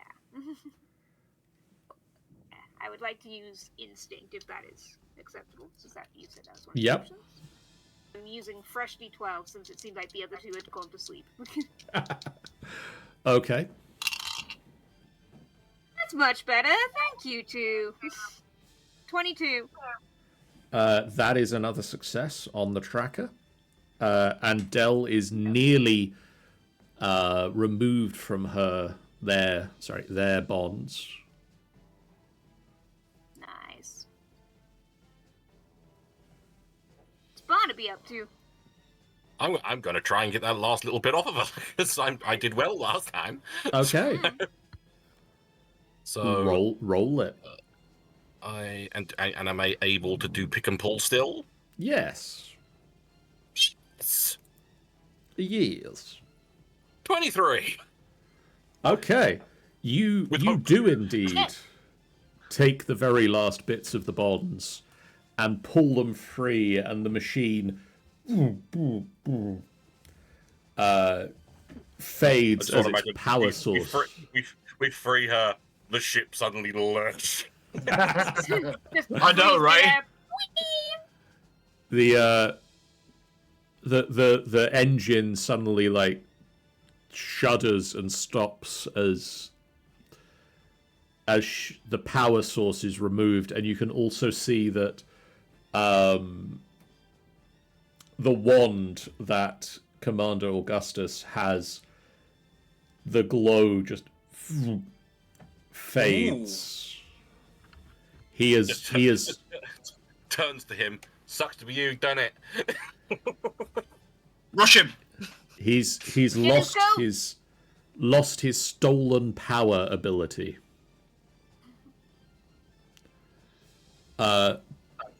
So as Barnaby and Rhyme have acted, Sid. Kick his teeth in. Yeah, I would just hit him again. Okay. Cool.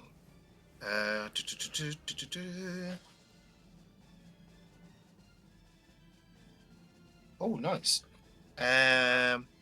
14 hope. Okay. 14 is not enough to hit him. God damn What? it! What? He's very difficult to hit. It's close. It's like trying to hit Barnaby.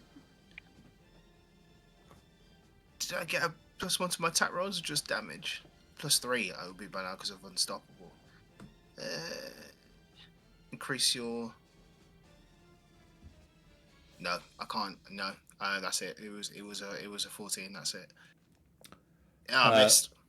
You can hear further footsteps coming down the stairs of other soldiers coming this way towards the engine room, as they've now dealt with the pirate invaders on the Oh my gosh! Now they're useful. upper levels. But as you miss him, it is his turn to go. And I'm just going to make 2 attacks with his saber, I guess. That is a 7.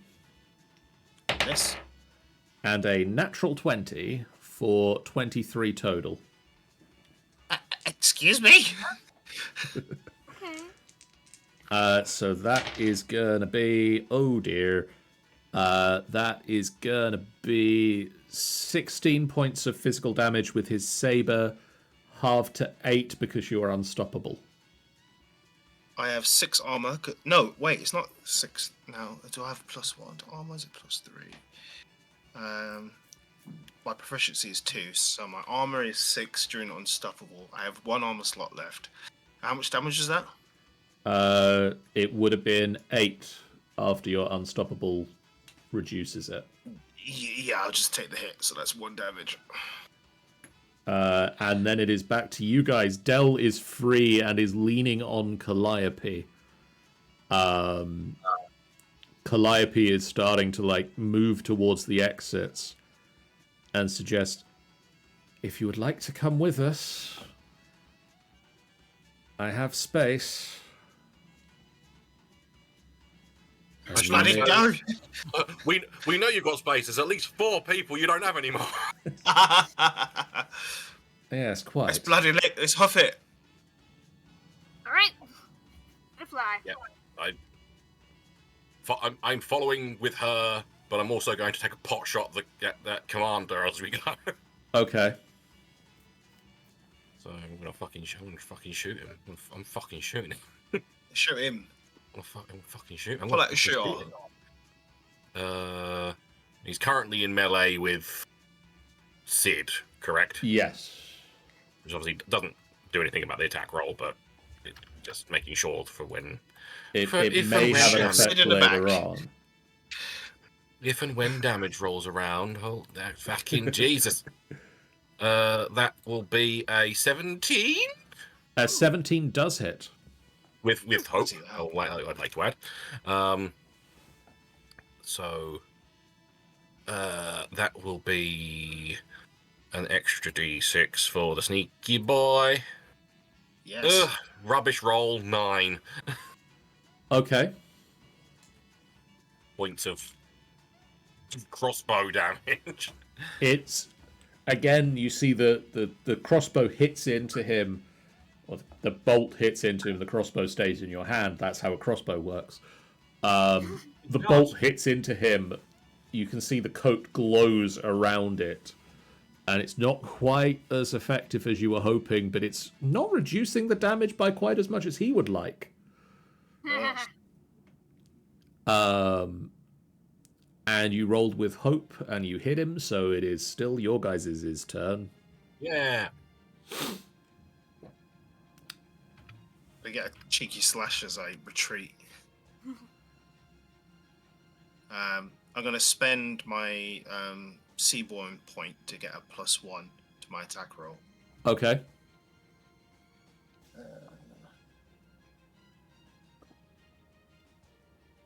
You can't get carried away with it.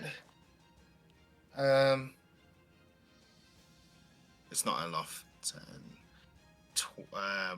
13 to I'm to- afraid 13 doesn't, no. He sucks. His evasion's too high. I miss, and I just back up. Yeah, if we were sticking around to fight, I would have suggested a tag team attack, but Yeah, we're running away, aren't we? yeah. We're Maybe we'll running. need it to get back on the ship. Okay. Probably, yeah. As you leave the room, he is following you. He's not just like letting you leave. So I'm going to spend one. It seems reasonable that he would follow you. I'm going to spend one to say that he keeps up with you, and I'm going to spend another for him to blast you all with his blunderbuss. It's again. Windfall. This is it, guys. Rip. That is terrible rolls. Come on, dude. A 9 to hit you all. Yeah. It's Okay. That is gonna be 13, halved for you to 6 physical damage. that's my armor, so it does nothing, right? If you spend an armor point, yes. My armor goes up by my proficiency during Unstoppable, which is still up. My proficiency is 2, my armor is 4, so that means it's a 6, right? You still need to spend an armor slot to reduce it. Oh, do I? Okay. Well, I'll spend my last armor slot to do that. Okay. So I don't get hurt. As the blunderbuss goes off and just like shatters the wood around the exit to the lower levels of the ship, you get up onto the surface of the ship. Calliope is carrying Dell, who is, looks like they've seen far better days than this. You get back up onto the ship, and behind you, you hear the footsteps of Commander Augustus chasing you up the stairs. In front of you, 5 Navy soldiers, Lieutenant Commander Kalis, and another tough stand between you and the Crimson Cloud.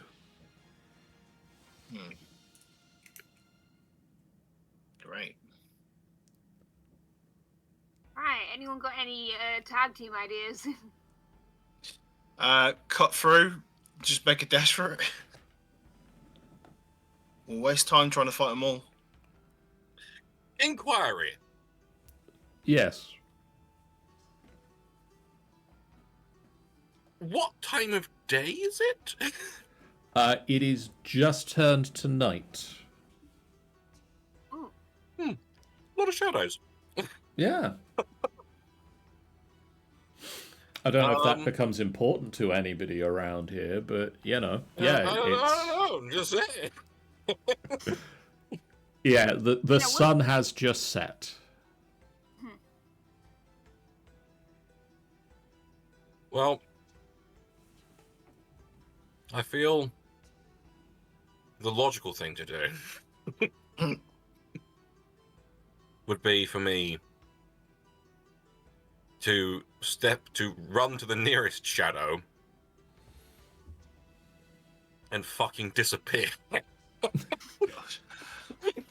Okay. So, hang on, just making sure what this shadow stuff is like. When you step in, yeah, and appear with any shadow within far range. Would the ship we're trying to get to happen to be far range? I believe it would be. So, yeah, I'm going to mark a stress to step into one shadow and appear at our destination. What? Okay. One of you is there. Technically, not appear. I'm still hidden and in the shadow. I'm thinking I might try my channel raw power and place floating eye into my vault to gain 2 hope. Okay. Just in case. Well, part of me is like, well, I'm mulling, but part of me is also thinking like, would Shadowbind be better to get so that we can't get chased? But it might be a bit too late for that. I don't know. Maybe I could flavor Rain of Blaze to try knock everyone in as many people in rage down as possible as we try charge past. But I mean, I haven't figured out how that would be a tag team. I've got nothing left. I only slash things. I've got nothing special. Yeah, you can bowl through them with a blade swinging if you like. That's literally, all I can do. Yeah. All right, shall we tag team this then? Let's do this. Okay. Who is spending the hope for this tag team? I will, because I'm capped on hope, so I can spend it. I'm at 5 out of 6, but cool, yeah. Sure. Okay. So I'm going to say that for this you can. I believe Daryl is spending the hope. Yes. Save yours. I'll just spend mine on Rain of Blades. Yeah. Yeah. I will say for this, as you barrel through, you can target the 5 Navy soldiers and one of the other 2 people that are on the deck. Cool.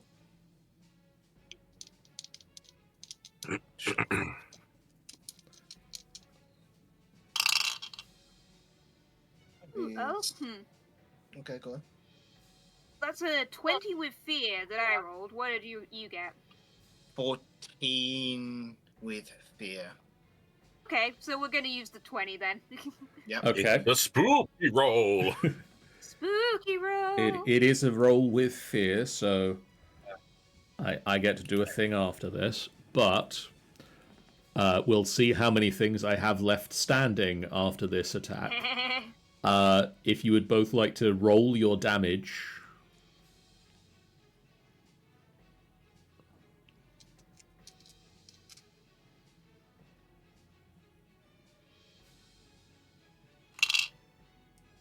$16 damage. I got a 10. I assume that critting only happens with the d12s. Yes. Yes. So that's 26 total damage. Let's go. So you barrel through, like Sid just swinging the sword around, this wall of knives following you, this shadowy wall of knives chasing you down, like you are just ahead of it, and you barrel through. All of the Navy soldiers go down, and Nice. that leaves enough for a major hit against... would you like that to be against Lieutenant Commander Kalis or the other guy? The commander. Commander. Okay. That will... against him, that's a major.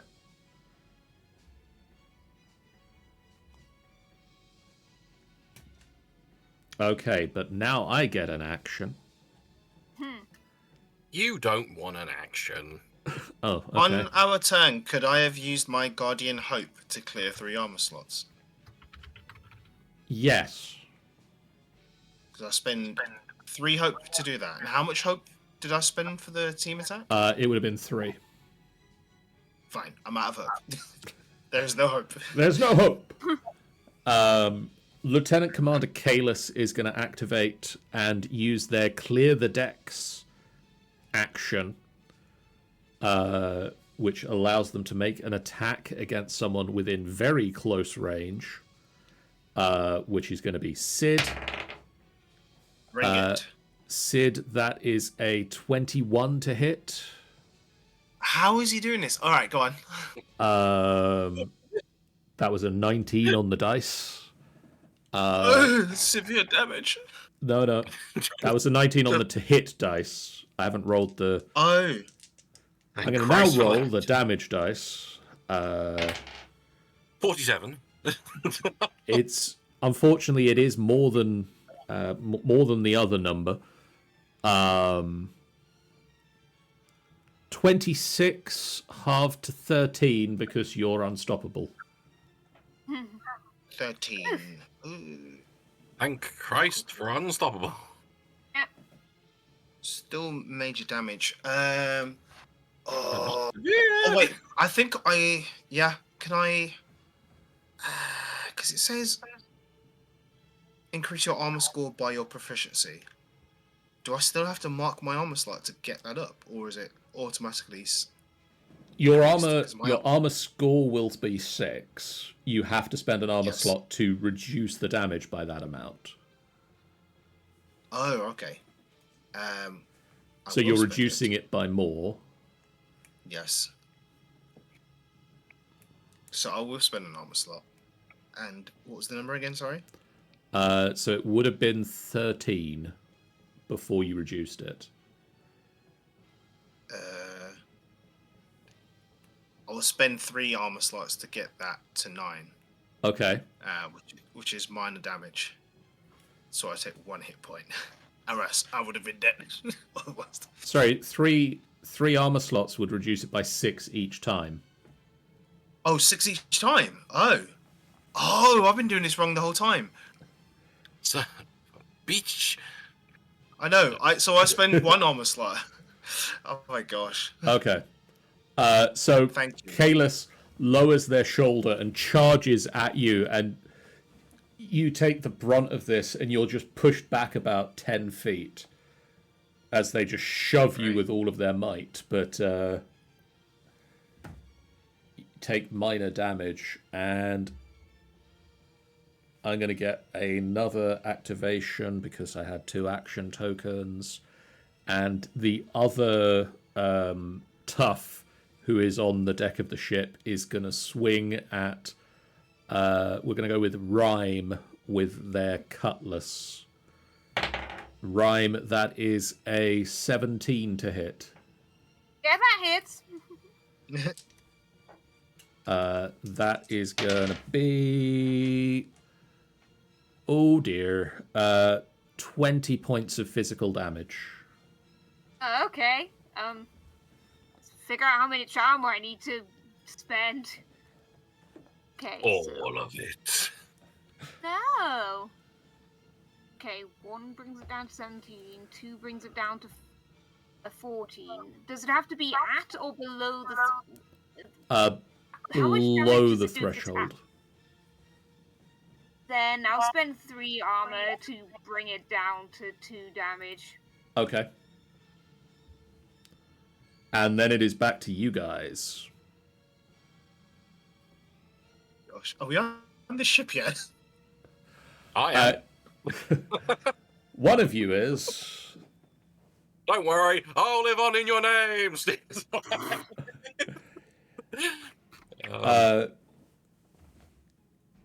Your I- new friend Calliope is going to take an action to just move through the chaos of the fight that you've had, dragging Del with her, and gets back to the prow of the ship, helps Del over.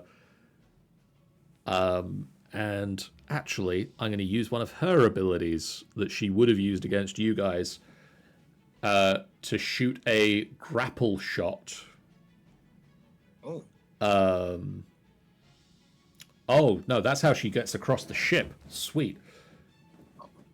She pulls out this grapple gun and fires it up into the rigging, and she swings across the ship and is going to make an attack against the tough that just attacked Rhyme. That is a 13 to hit. Does that hit one of my toughs? It doesn't. But she swings, and this person just like stands, takes the hit, and she swings past, dragging Del with her. Unlodges pulls a button on the grapple gun, and it descends back into it, and she swings, lands on the prow of the ship, deposits Del, and turns back to look at the rest of you. Alright, time to fly. Let's go.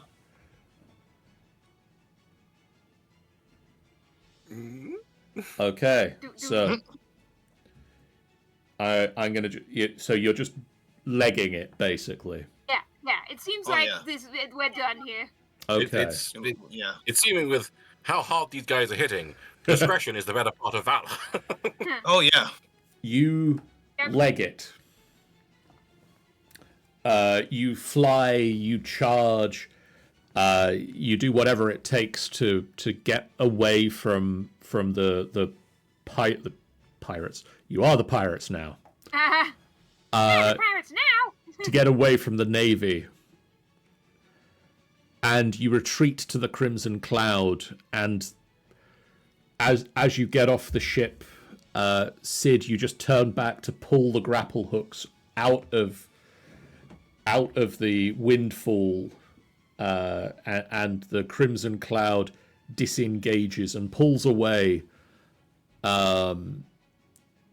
With Del freed from the Silver Engine, the Windfall has no chance of catching you, and soon The Navy ship disappears behind the horizon. And let's change back to some slightly calmer background music. Barnaby emerges from the shadows in time to flip them off with three separate fingers. For the sake of the other passengers, it's good that it's not immediately crashing. As the Navy ship disappears from view, Dell drops to the deck, exhausted. The pirates invite you to take your rest with them as they see to the damage from the battle. And Dell looks at all of you and says, "Thank you for rescuing me. I don't know how much longer I could have survived that accursed thing." Yeah, seeing you like that was horrible. And but also sorry for killing some of your mates. We didn't have the full story, mate. Hale appears behind, holding the poultry leg, holds it out to Dell. Want it? They will take it. Yeah. You all thought I was crazy for taking the leg.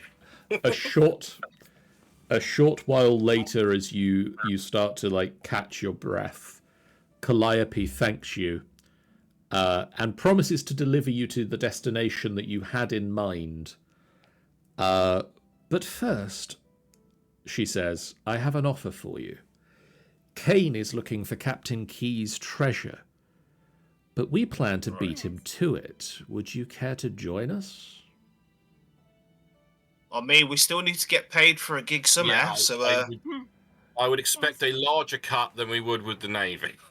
Oh, I have some... Do you have some kind of astrolab? He hadn't managed to get working. I do have some treasures we can share with you now. To sweeten the pot, so to speak. I am loving you already.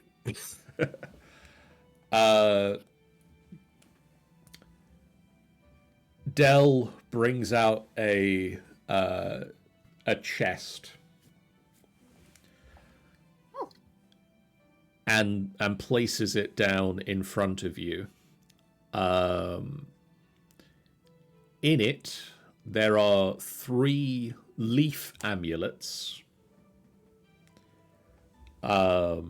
which is a magic item.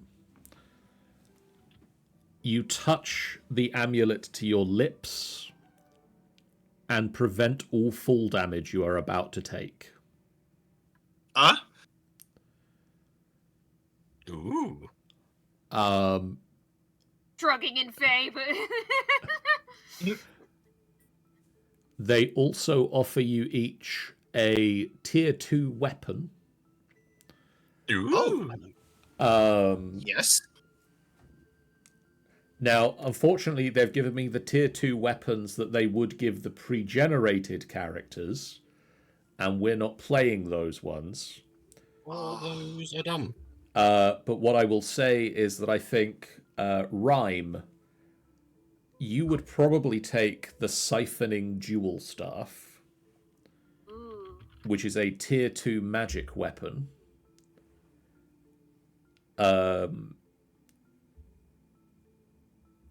It is a instinct weapon, 2-handed, d6 plus 4 magic damage. And it has the Siphon ability. If you deal severe damage to an adversary, you get to roll a d6. If you roll a 4 or higher, you clear a stress.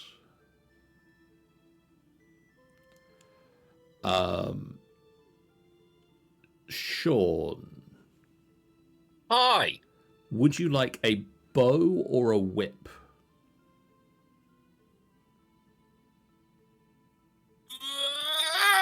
I don't know. I mean, to be fair, it probably doesn't matter as we don't have any more games to play in True, this. but, So it's largely just... Wow, we actually got through it all in 2 sessions? In the 2 intended sessions, yes. Wow. Oh, wow. I would go for... I mean, he's more ranged, so probably a bow.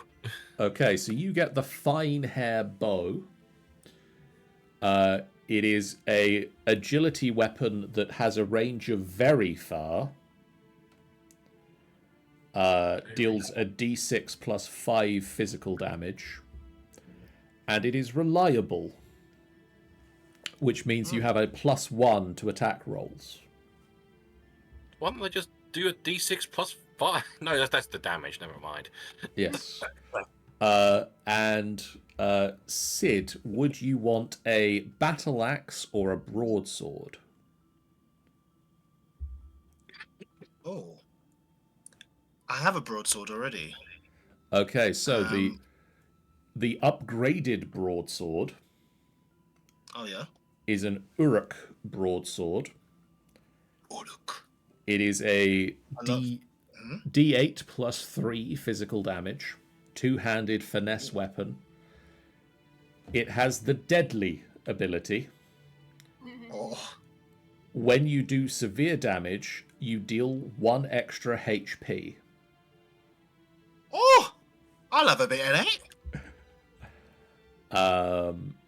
So now that you have received your awards, and twilight is fading into night, the crimson cloud arcs through the skies, their navigator and first mate returned.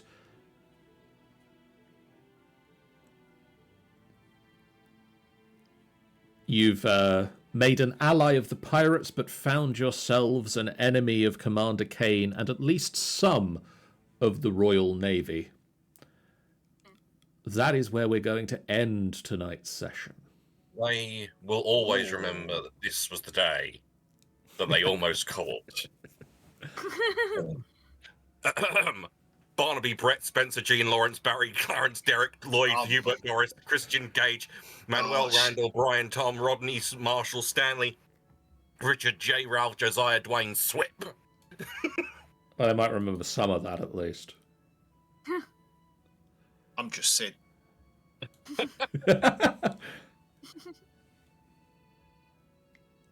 So what when, you guys... when we get around to actually playing this, there'll be even more names. I'm just telling you. What did you guys think of that? How did that feel? It's a load of old Fun. wasn't it? We had 2/3 encounters in 2 hours. That was really snappy. Yeah, wow. It runs quite smoothly, I think, when you get going. It does. Yeah. So Both sessions ended with nice hooks that I was curious to see. Yeah. So the both of the times that there were a lot of characters on the battle map. So when the 5 pirate boarders and the 5 navy soldiers, they both played under the minion rules, which was they had a single hit point. Yeah. Yes. Which minion rules are always good for anything. Yes. I do appreciate the good minion rule. They make you feel cool and powerful. Yeah, I'm intrigued to see where this goes. I'm probably going to end up getting Daggerheart now, aren't I? Hey. I mean, you are, aren't you? Yeah. There's no and ifs or buts about it. You're buying it. No, I'm getting it. I'm going to be getting it. You're just beating around the bush at this point, John. Which means we will hopefully see more Daggerheart in the Which does future. mean, hopefully, yes, there will be the option for there to be more Daggerheart played.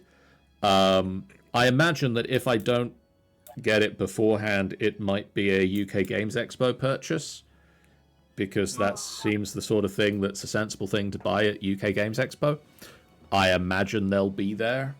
They might even have some of their other new games as well. Gosh, yeah, they got a bunch. So that'll be fun. Now's the time to say that's all for the stream tonight. Daryl. That way is where I point to Daryl. Daryl, if you'd like to tell people where they can find more of the things that you do. Yes, you can find us at No Small Rolls on all the socials. Instagram, TikTok, X for the moment. And yeah, we're coming to the end of campaign 1. in our current release schedule, so you can find us there and wherever you like to listen to podcasts. Excellent. On our side of things, we have a Discord you can join to chat with us about the games we're playing and the things that we're doing. We have a YouTube channel that you can go to catch up on all of the previous things that we've done, and we have a website, finalbossfight.co.uk, that you can go to catch all the things we do: written content, audio, video, photos. We are, as I alluded to, going to be at UK Games Expo later this year.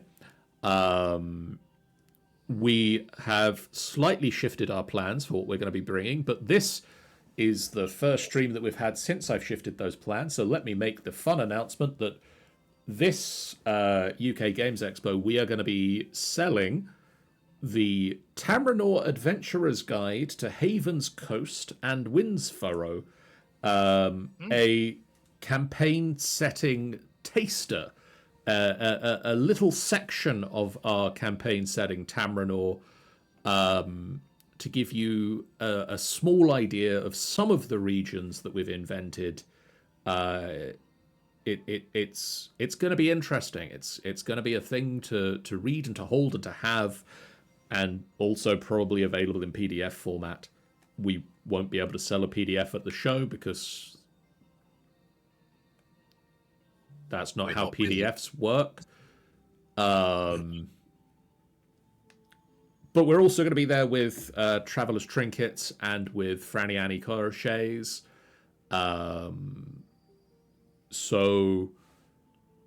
And Traveller's Trinkets informs me that they are going to have more of the kitchenware items that they had last time, which hopefully means they'll actually have the aprons and the oven gloves as well, because I would like some of those myself, as long as we don't sell out of them. Let us go over to the credits screen and have a look at the things that we've got that are coming up. Tomorrow night, we have the quiz night. This month, our quiz focuses on Metal Gear Solid.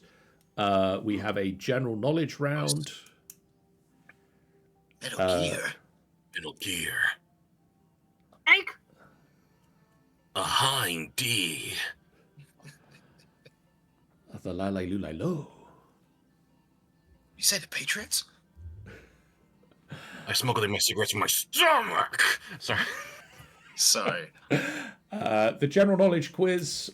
We've also got a round on the Muppets and another one that is the kids quiz, where the questions have been asked by children.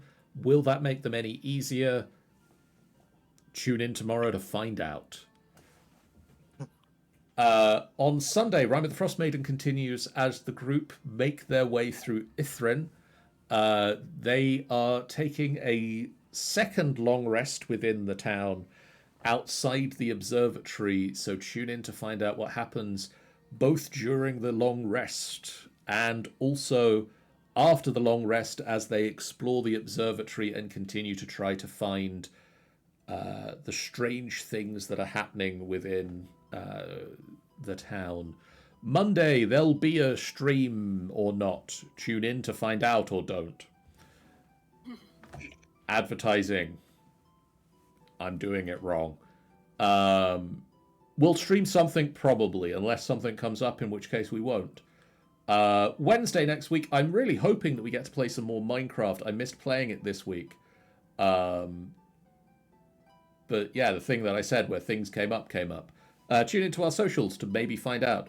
It does also say we're playing Daggerheart next week. We now aren't, because we're out of Daggerheart to play.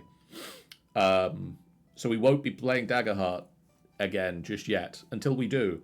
We will, in the future, play Daggerheart again. But for now, there is none more.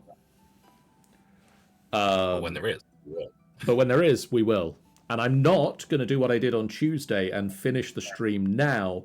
I'm going to go and press the button to bring up a raid and send you guys over somewhere else. And, as I say, not just do the thing I did on Tuesday where I just ended the stream without passing on the love. And we are going to pass on your views to Unifade Walker, who is doing some Final Fantasy 14 online. Dawn Trail. Go give them some love. We'll see you guys again real soon. For now, so long. Bye, guys. Doodles. Thank you. Bye.